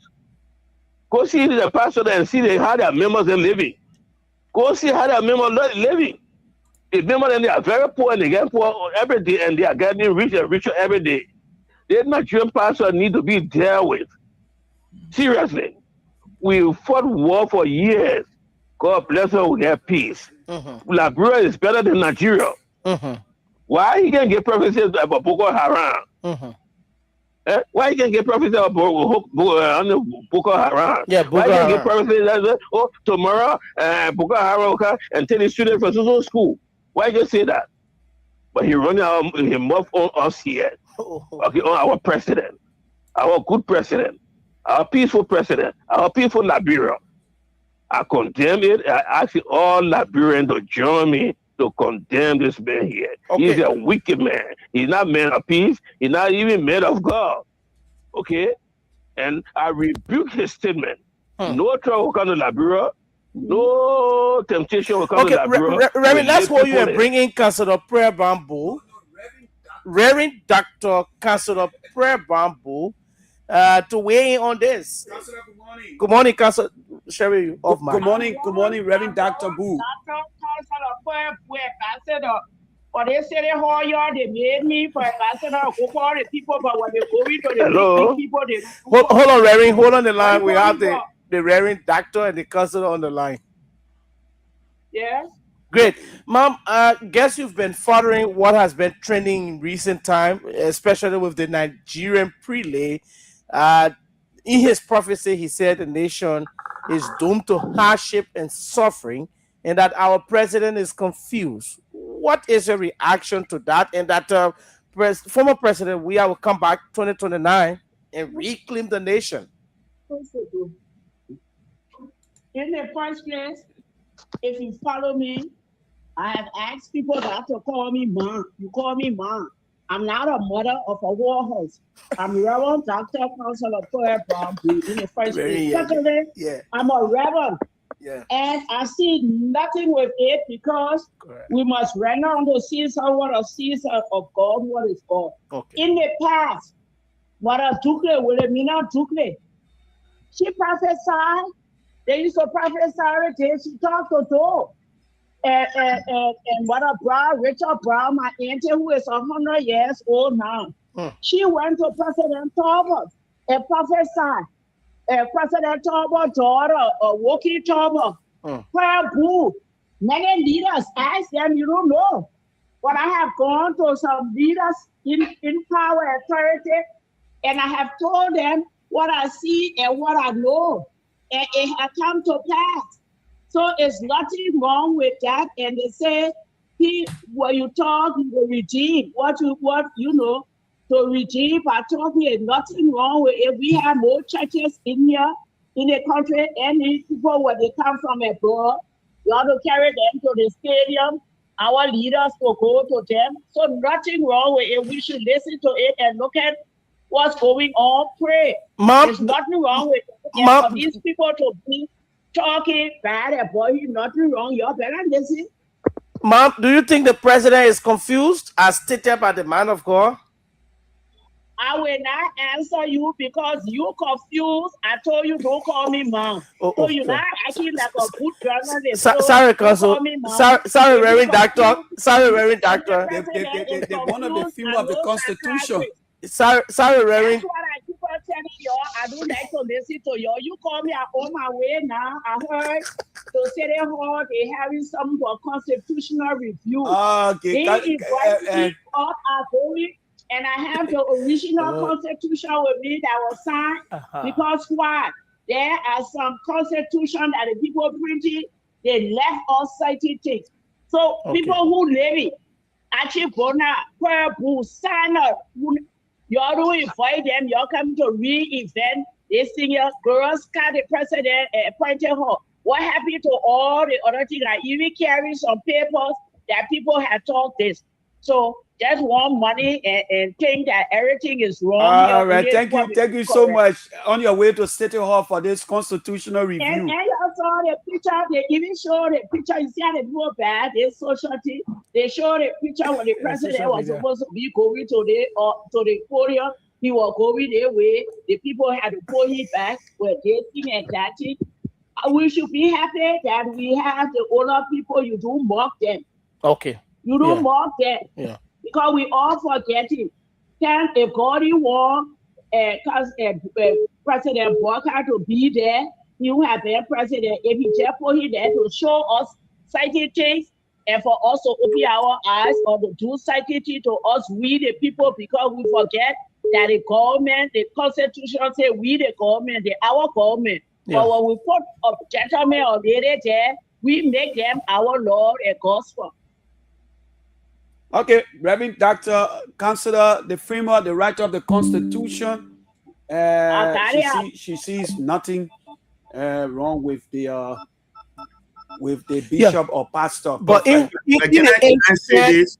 If God ever wanted the president, he wouldn't have been president of the nation. So Gerald, so to some extent, she also condemned the reverends. Okay. Yeah. She said she cannot condemn it, but let's go back to what Mother Dukley, the late Mother Wilhelmina Dukley, said. Her prophecy was direct. It was to the president. It was to conscientize them. As a matter of fact, from what I gather, according to history, after the coup, she asked President Doe and all the coup makers to come to church, to come to God. There was only one person, it was Batu, that went to church. The rest of them never went to church. Okay, so, and she prophesied that the nation, she see trouble coming. But were they not praying? They were praying. She called upon the nation to pray. This man is not calling us to pray. He's saying we are doomed for destruction. You understand? So there's a difference between what Mother Dukley said at the time and what he's saying. He's not calling us to say, Rogers, bring your people so we can sit down and we pray. But this is what I see. Yeah.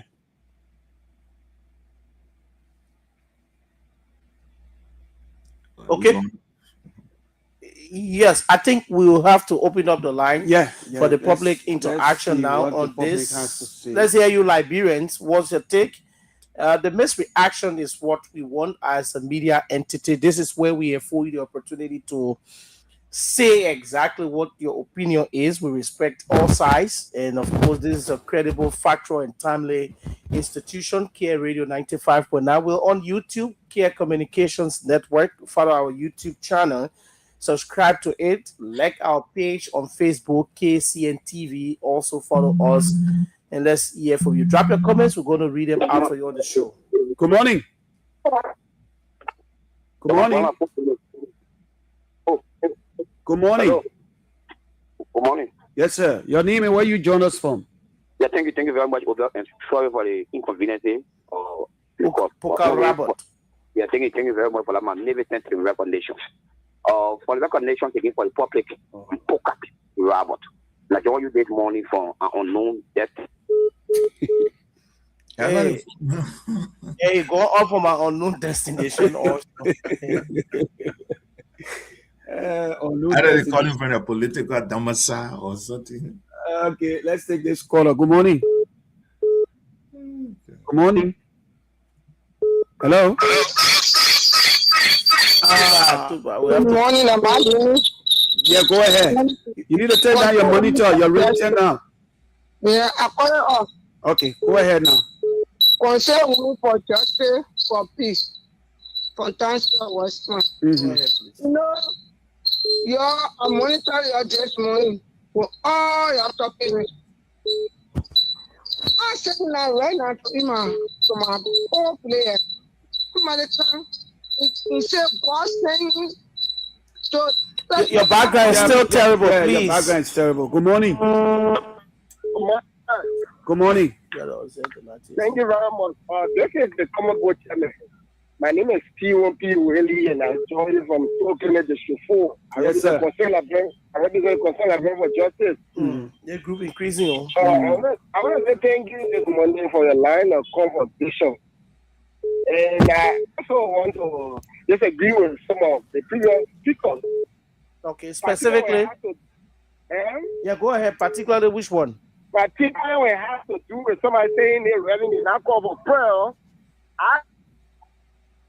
Hello? Hello? Yes, Hello? Yeah, where you join us from, please? To be frank, that CDC pay that radio man to talk that kind of thing there, yeah? What are Yeah, reliance? it's a No. simple. Hello. You can make an allegation. You can make a You have hello. evidence. What's a reliance to accusing the CDC of paying the revenue to come up with such prophecy?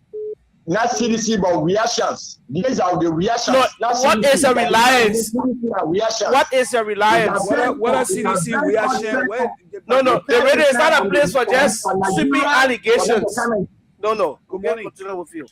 Good morning. TOP really represent concern of brother justice. Go ahead, please. I absolutely agree with the men of God from Nigeria. Yeah. You know, there are a lot of things happening, and I'm so surprised that the men of God is on the You radio agree as a part for justice? Yes, I call for justice. And you agree with the man of God from Nigeria? That's his Yeah, opinion. no, let me tell you my agreement now. Yeah. It's 100% acceptable. Yeah. State your disagreement. No, yeah, my agreement now. Let me state Okay. my agreement. Let's hear your agreement. Yeah, my agreement number one. When you have a country that the official government is sort of asking boys, and even men of God are not condemning, that country is heading for doom.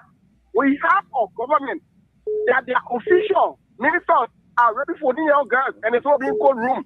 And then the kids have been coming out of police by giving us a certificate. That is a sign of doom. Okay. So, when you have a government, according to John, let me go straight for the rest. No, that time we're giving everybody time to talk. Yeah, let me conclude. Good morning. Another person. 1 minute, please. Observe your time. Yeah. Good morning. Good morning to Daniel Roger. Lawrence Compton.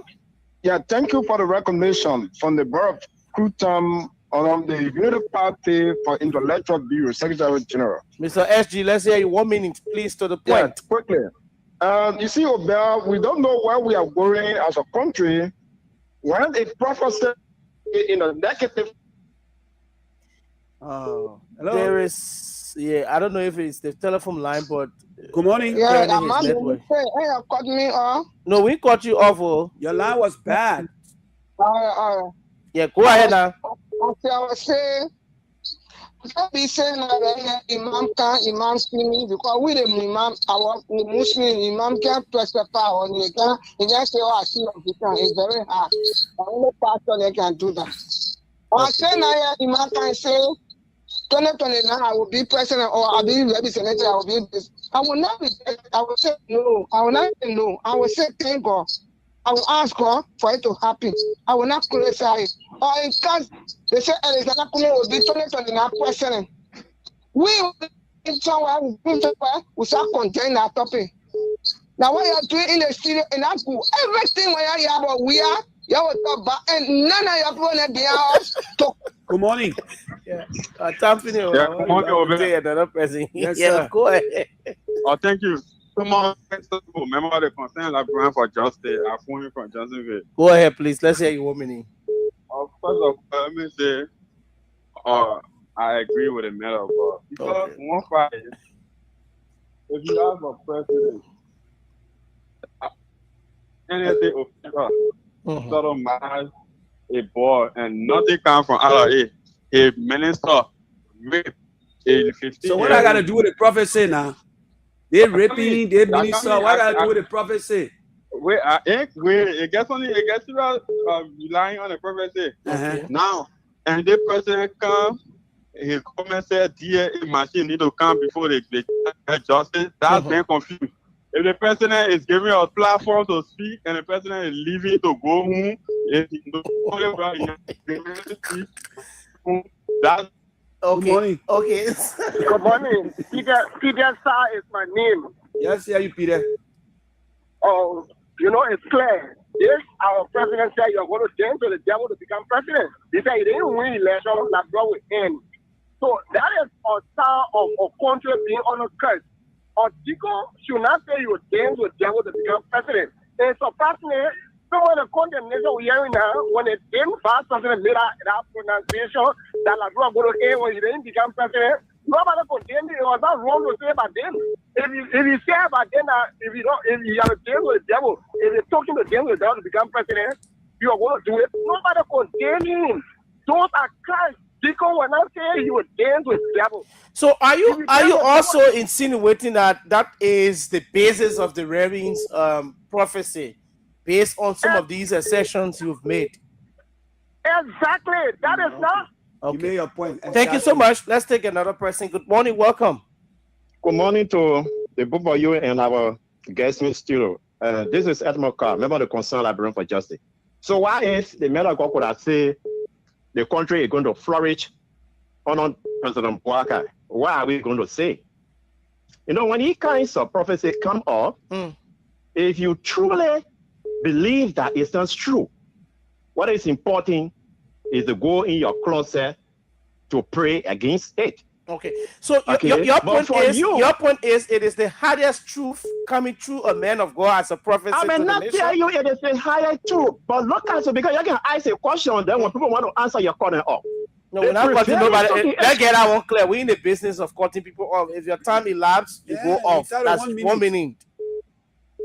That's what I'm saying now. So if you look at the prevailing situation around you, Obed, are we not having some semblance of what that man of God talking about? Then the man of God that in studio, he telling us that he predicted President Buhari presidency. It was true. He predicted what could have happened to Charles Bronski. That was true. You also telling us that the man of God didn't condemn what happened about Oleto. Okay, but he is right here. Your time is up. Let's take another person. Good morning. Sorry, we have to do that to have more people participate this morning. This is a national conversation. Go ahead. Morning. Welcome. Your morning, I'm Josephine. Damn, Josephine. Long time no see. How are you? What? Oh, man. GIBAH, don't talk to me because I call you to speak to you. You can't want to take my call. Sorry, Mama. And me, I don't forget about good. When somebody too good for me, you might chat. So don't talk to me, you GIBAH. Oh, my son, Roger Money. Wow. Good morning. So you take Sherry over me? I want to talk to him. I want forgive to him. Okay. Your son say he must forgive Obed. I will not forgive him. Okay. We thought I want after the show. Let me talk about say it. Let's hear you, please. They men are in Nigeria. Where say he pastor? That na bureau we're talking about here. Yeah, Boga around people, children from school. He can see vision. Only la bureau vision he can see. We begging him. We hold it for. And now go you put your more on man of God. But the thing when he starting with la bureau, when no post out to whole Facebook for him, it will not look good. Yes, I know Tikibu all day you put it down all the you see a president? They see that happening around you in Nigeria. You're not seeing it? Well, the Nigerian people said the way they can give it to that old president, give me easy. Yeah, president, everywhere he go in the war, he fall down. Everywhere a president go in the war, a president fall down. He don't want to see Baka and say that Baka confused. La bureau chairman talk to him say, and not good to talk to me. God, I'm not go that far. But let him stop what he's doing. Yeah, but so now other people say open rebuke is better than secret love. All president and Kanye, they said by the grace of God, La Bureau will be all right. All right. Then what he can go and speak to him about Baba T about La Bureau. Thank you, my Josephine. Your time is up. Stop it, your Baba. Thank you so much. Another person. Good morning. Welcome. Good morning. How are you? We're doing great. Yeah. Okay. Concerning the bishop revelation on Liberia, we are already seeing the negative situation in Liberia because prior to this government coming to power, I think it was the same bishop that said if Ambassador Joseph Boakai wins, Liberia will suffer. And we're seeing the dividend of the winning of Joseph Boakai to the presidency. And secondly, one of those things that causing Liberians to suffer is that our spiritual heads in Liberia, the Muslims and the Christians, they are keeping mute of every else in society. The way they were speaking out during the Joshua time, they are not speaking out like that. So those are things that will bring problem to Liberians. I'm seeing it because if they are speaking on behalf of Liberia or on behalf of Liberians, I mean, God will make some intervention on behalf of the country. Okay. But they are not speaking. They are so dormant because they are listening with the government. Can you imagine the imam? You're accusing the clergymen of living with the government? I said, yeah, they're lazy with the government. Lazy with the government. Lazy with the government. Okay. Let's take another person. Good morning. Welcome. Yeah, good morning, Roger. My name is Ariba Dugladu, joining from Ghana Village, this city. Yes, sir. Thank you very much.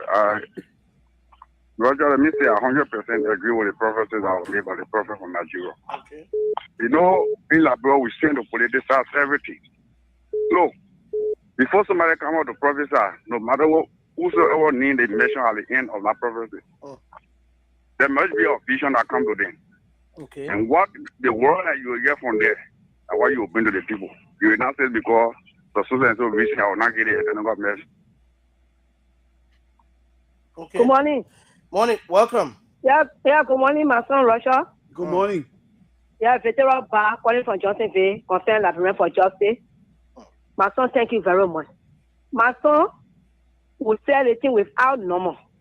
We say Joseph Bwaka, go now call Joseph Bwaka.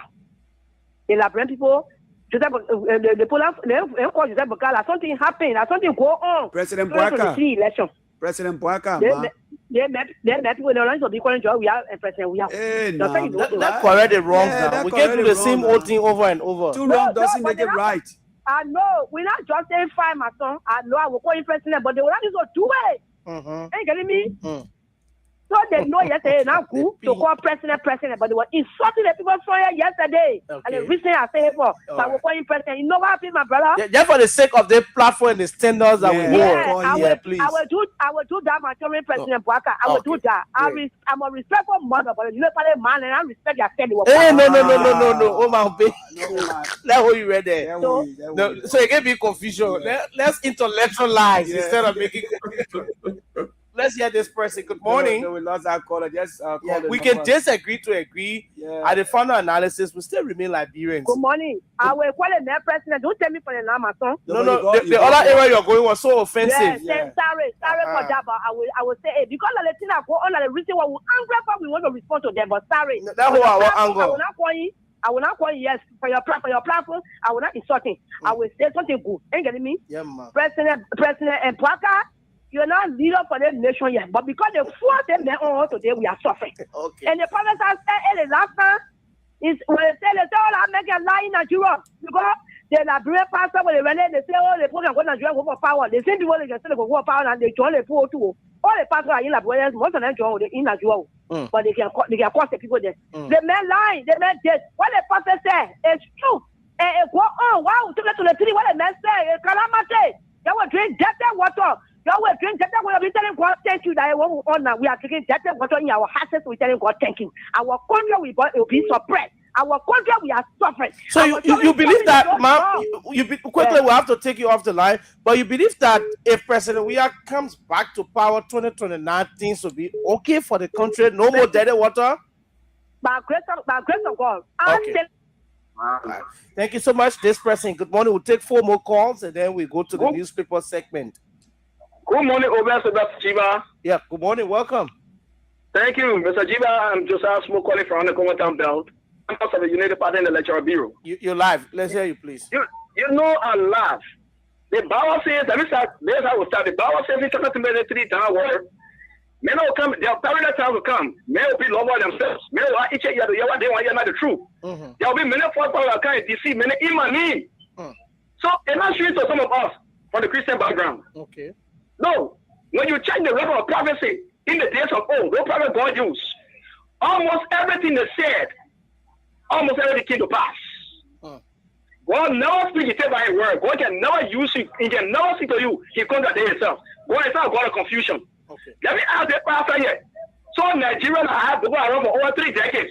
Murdering people there, kidnapping people. So the Nigerians are not seeing the solution of Boko Haram. Okay. It's only so many years of age. Thank you. So we're not telling you confused. Thank you so much. You're not seeing that? Thank you. Your time is out. These guys are deceiver, man. Let's take another person. Anyway, they see, we will make a decision to help ourselves. Thank you so much. You've made a point. Good morning. Morning. Yes, sir. Thank you very much. Yeah, Poker, your credit feeling for a Jerry recharge? Yeah, I just reached out, man. Welcome from your unknown destination. You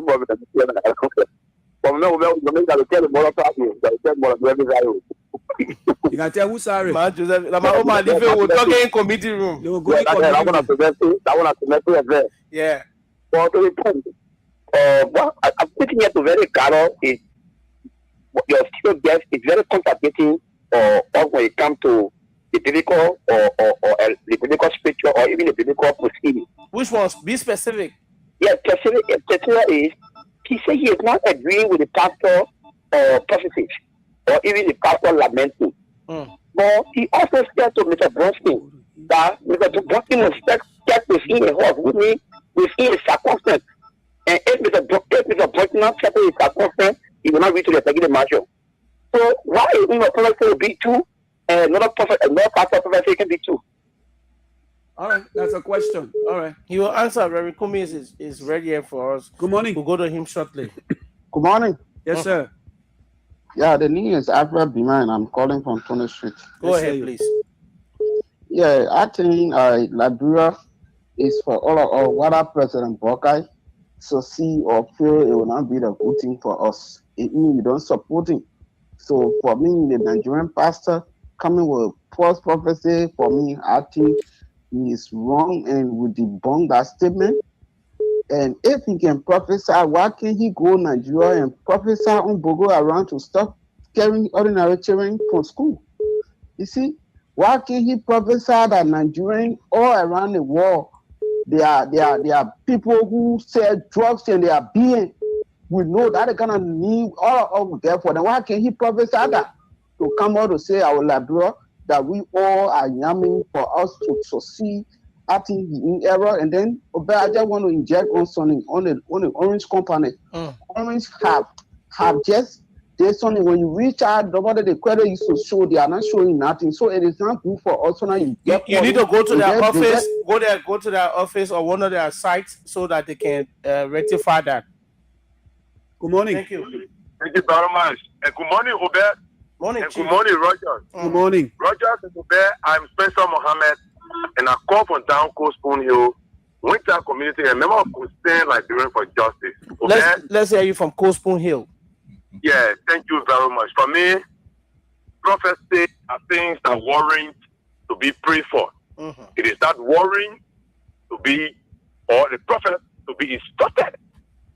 So we should just pray against the hardship and exactly what he... It will be something in my mind that should draw our attention. It is not something that somebody will sit in a church or in a studio and try to make it to look hypocritical, because prophecy, nobody determines when prophecy or when prophecy will come. You can be in Nigeria and prophesy about Liberia. I listened to the pastor in church. He prophesied that President Buckeye was going to win. It came to pass. But today, he castigating another prophet. Are we seeing the symptoms? Have you also seen on social media that Nigerian pastors are currently clashing in terms of legitimacy? Who is the real prophet and who is the false one? Obed, please do not cut me off. No, go ahead. How about you entitled to 1 minute now? Yeah, go ahead, yes, please. Probably the prophecy for Nigeria are not come. Okay. So how will he preempt it?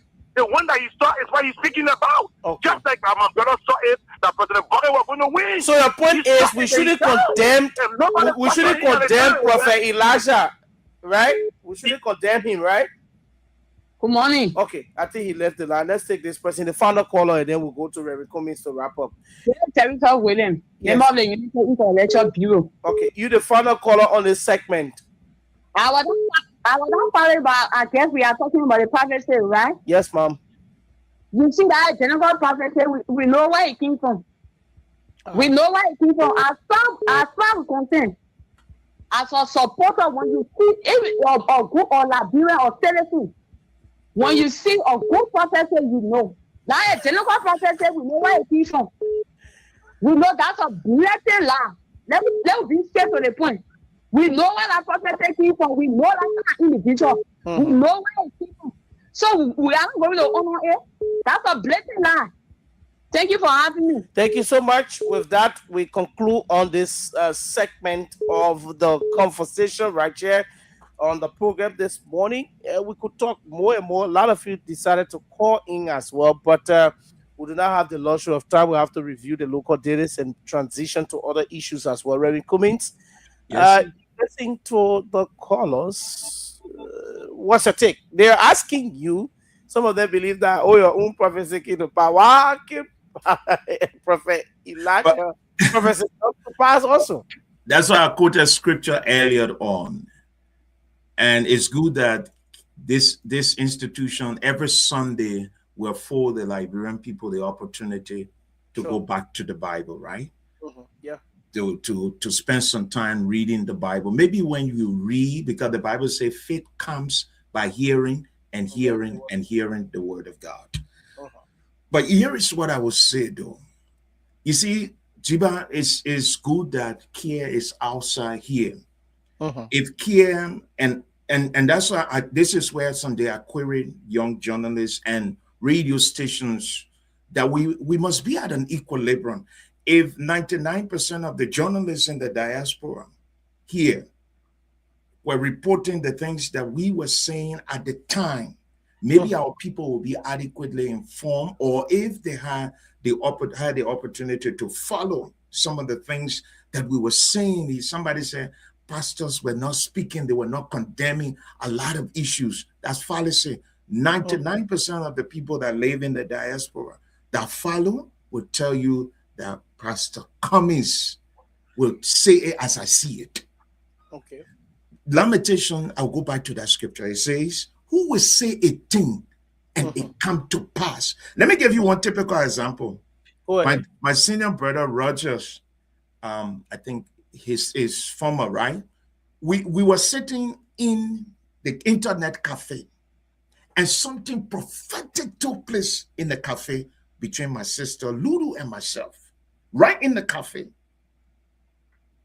That's why I say, who will say a thing and it come to pass if the Lord has not commanded it? So I think when our people hear these things, first thing, let's test the prophecy. Let's test this prophecy. Because like one of the callers said, we're living in the days of the Noahic era. And this is a reoccurrence of the Noahic era. People only want to hear what they want to hear. They don't want to hear the truth. Yes, we want to hear the truth, but we want to see the line of your prophecy. Every time you say something, is that in the nation is doomed.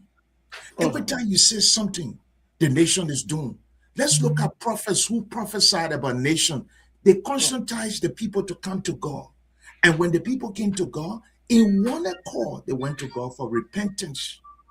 But if you just say, OBED, you are doomed for destruction, and you as a prophet, God revealed to a prophet so that the prophet will provide solution.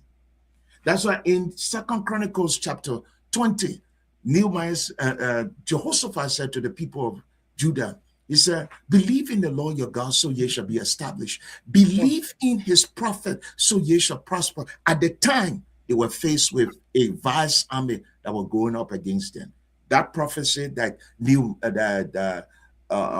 Jehoshaphat received, it was the prophecy that in fulfillment of what God said to him, if you read Nehemiah chapter 20-23, the Bible says, and the Lord set ambush for the men of Ammon, Moab, and that of my Syria. So if we come together as Liberians, despite what GIBAH said, despite what Sherry said to me, we come together in unison, in one accord, we can pray. I think this also must send a warning to we, the preachers of Liberia.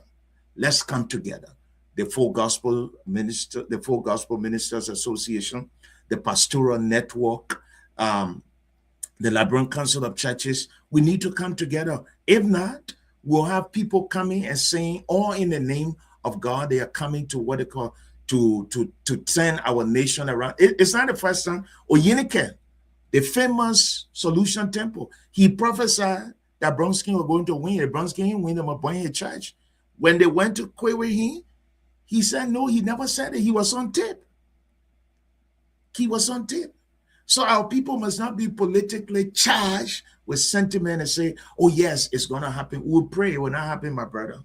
It will not happen. Our country is not doomed for destruction. I pray by the grace of God, we'll go to 2023. We will go there to 2029, and there will be a peaceful election. Whoever becomes the next president, I know if I say this, they'll say, oh, Pastor Cummings, you said this. Before I gave the date and time the CPP were going to collapse. It happened right here in the diaspora. You pick up phone, you ask people, they will tell you, say, that guy is a genuine prophet. I'm not condemning him, but I'm looking at the line of your prophecy. This is not the first time. This is not the second time. If somebody is my associate and my affiliate, affiliating with my ministry, and you're going contrary, I have all right to call your attention. If it means that GIBAH, we got to part ways and you don't want to listen, that's it. Nathan confronted David. Was he playing fun with David? He told David. Mother Ducle told our leaders. There were other preachers before us, our progenitors, who confronted our leaders, not in confrontation, but told them that they were in error and that they needed to come to God. But this country of ours, I can tell you this, GIBAH, we're not doomed for destruction. We are not doomed for destruction. God will see us through.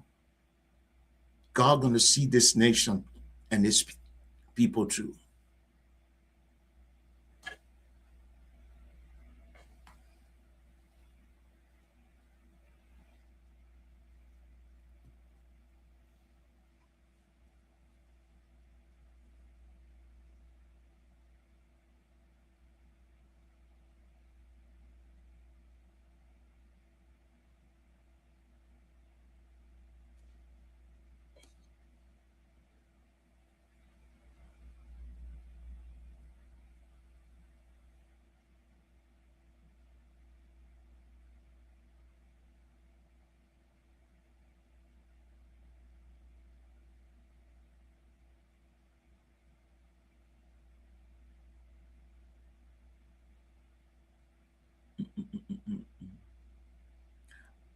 I think the internet.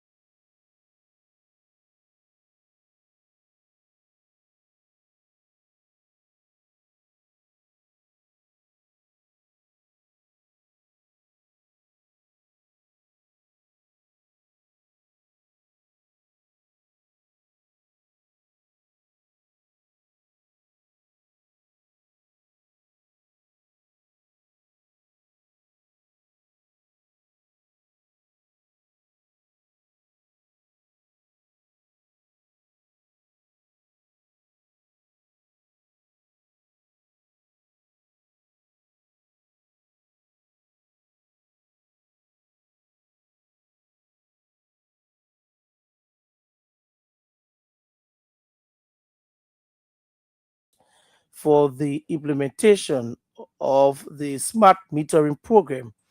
The initial phase of this program will be carried out in Pinsville and its associated feeders. As part of the process, joint teams from LEC and SYNAPT will begin conducting community engagements activities and customer data collection within the targeted areas. The smart meter comes with several advanced features, including geofencing technology. The meter automatically shuts down and can no longer work if it is removed from its registered installed location. Tempered alert system. The meter automatically sends SMS alerts to LEC, Snapped, and the customer whenever tampering is detected. 3. Automatic token loading.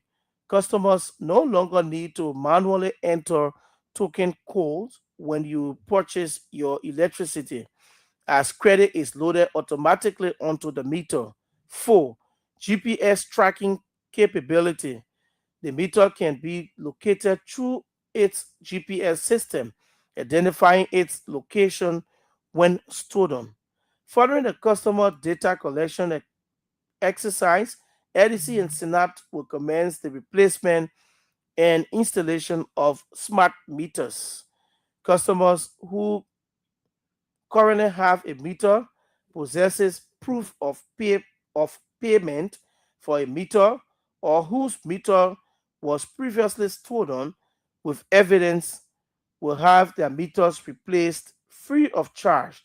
Customers without existing meter records will have their information collected and will be required to pay the application connection fees to be connected. For additional information, please contact LEC Customer Service Hotline 4500 or visit the LEC head office down Waterside in Monrovia for more information. This information was brought in and signed by the management of the Liberia Electricity Corporation. And of course, that's it.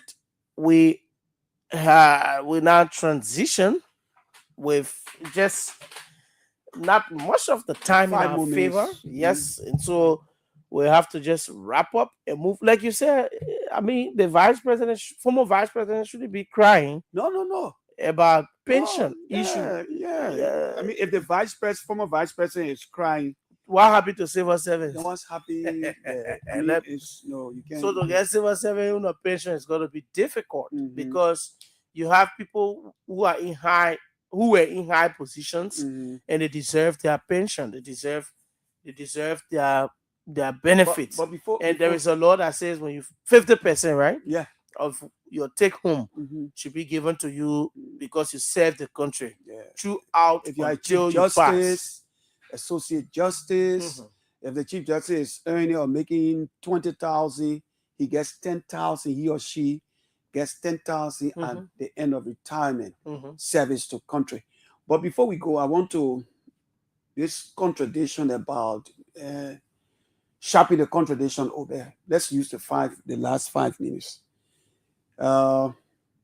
This Luther Tappe politically, Obe, we're not friends. But, he's the chair of the mobilization committee. Now, I guess you have heard seditions talking about, it is wrong. It is wrong for Luther Tappe to chair the mobilization committee. What makes it wrong? So, we hard to learn and quick to forget. But I want to remind seditions. I say seditions because they are the ones that are raising, and we are saying they are the ones that are raising the issue. The most powerful man, or one of the most powerful men during the WIA regime, a person of Nathaniel McGay, served. He was chair of the mobilization committee for the national team. So how is it different now that Luther Tappe,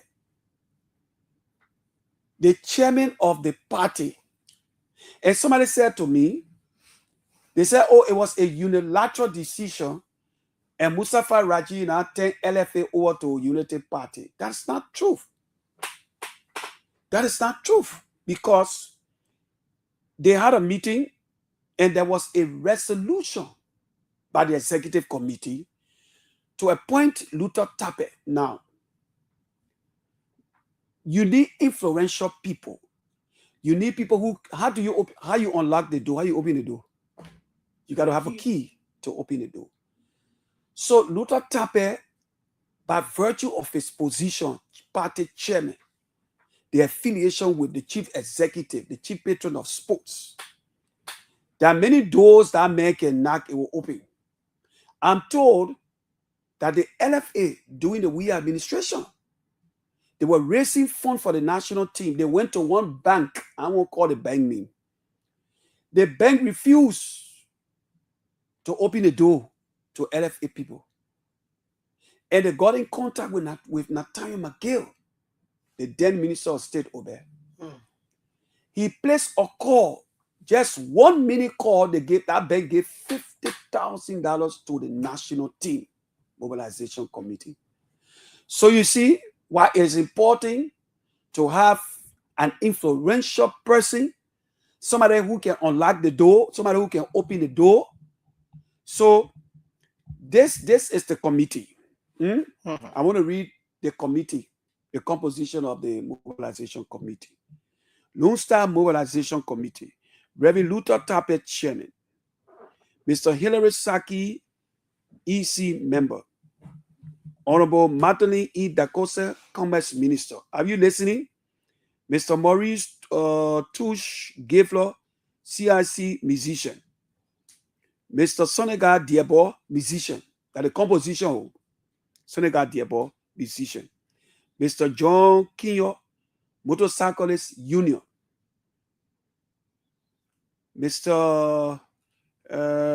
Councillor Kukuyon Te, B Mountain Corporation. Mr. John Flomo, comedian. Mr. Everett Salif, Samira FC. Mr. Sensi Keddy, our own Sensi Keddy, Civil Society. Mr. Vama Kamara, SWA, Sport Writer Association, SWA. Honorable Amos Twe, Managing Director, LPRC. Honorable Sir H. Joseph, Senator, Montserrado. Honorable Momo Saro, Senator. Honorable Fode Famule, Representative, District 7, Bon County. Honorable Johnny Kwe, Senator. Madam Randall Yoboti, Ria Muja FC. Madam Clarissa Jakpa, Grassroots Football. Mr. Emmanuel Dan, Representative. Honorable Princess Cooper, Head of Tourism. And Mr.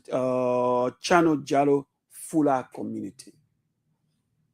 So you see the composition there.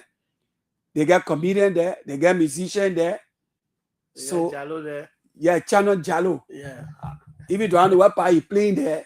So rather than fuller community. Yeah. So spend. They got a business. So you got So it was not a mistake on the part of the executive committee. Now people are insinuating that Mustafa got one day and say, "Oh, Luther Tappe, you the chairman." No. It met the consent of the executive committee. So yesterday, the Minister of State, in person of Stikwa, the Minister of State? No, former Minister of State. McGill, Senator McGill. He chaired that committee. But seditionists are saying that it is wrong. Their own mayor, during the Wiata, chaired the mobilization committee. And he did a lot of things because of his influence. How was he also appointed? Was through the same National Executive Committee, that right? I need to check. Okay. It could, from the National Executive Committee. Great. So how is it different now that Luther Tappe, politically, I don't go there with Luther Tappe. Yes. How is it different now for him to chair this mobilization committee and sedition? We are causing noise. We got to go home. Yes, we have to go. With the whole LFA thing, for me, I hold a different perspective or analysis. But once it's in line with the National Executive Committee to have selected those people from diverse background, well, let's see how it plays out, and let's see how they mobilize the support of Liberians to support our national team. We need vitriol, we need trainings, we need great opportunities for grassroots footballers and our international players to be brought back home to future for our national team. One of the former players of Lone Star wrote a piece. I'm trying to get that piece, talking about total reconciliation. That if that does not happen, this gene will remain over Liberia. That players from the past are not satisfied. So they need to they sit together, bring the old players together and have reconciliation discussion. That's the only way the national team will progress. Anything short of that, we are on our own. Reconciliation is the way forward. Yeah. And of course, let's reconcile to make peace and move on. Tomorrow, we'll be back to serve you more breakfast. On behalf of myself and the crew, Deputy Sheriff OBED, George, HT, Tuzan, and the entire crew, we say, God bless you. We'll talk to you tomorrow.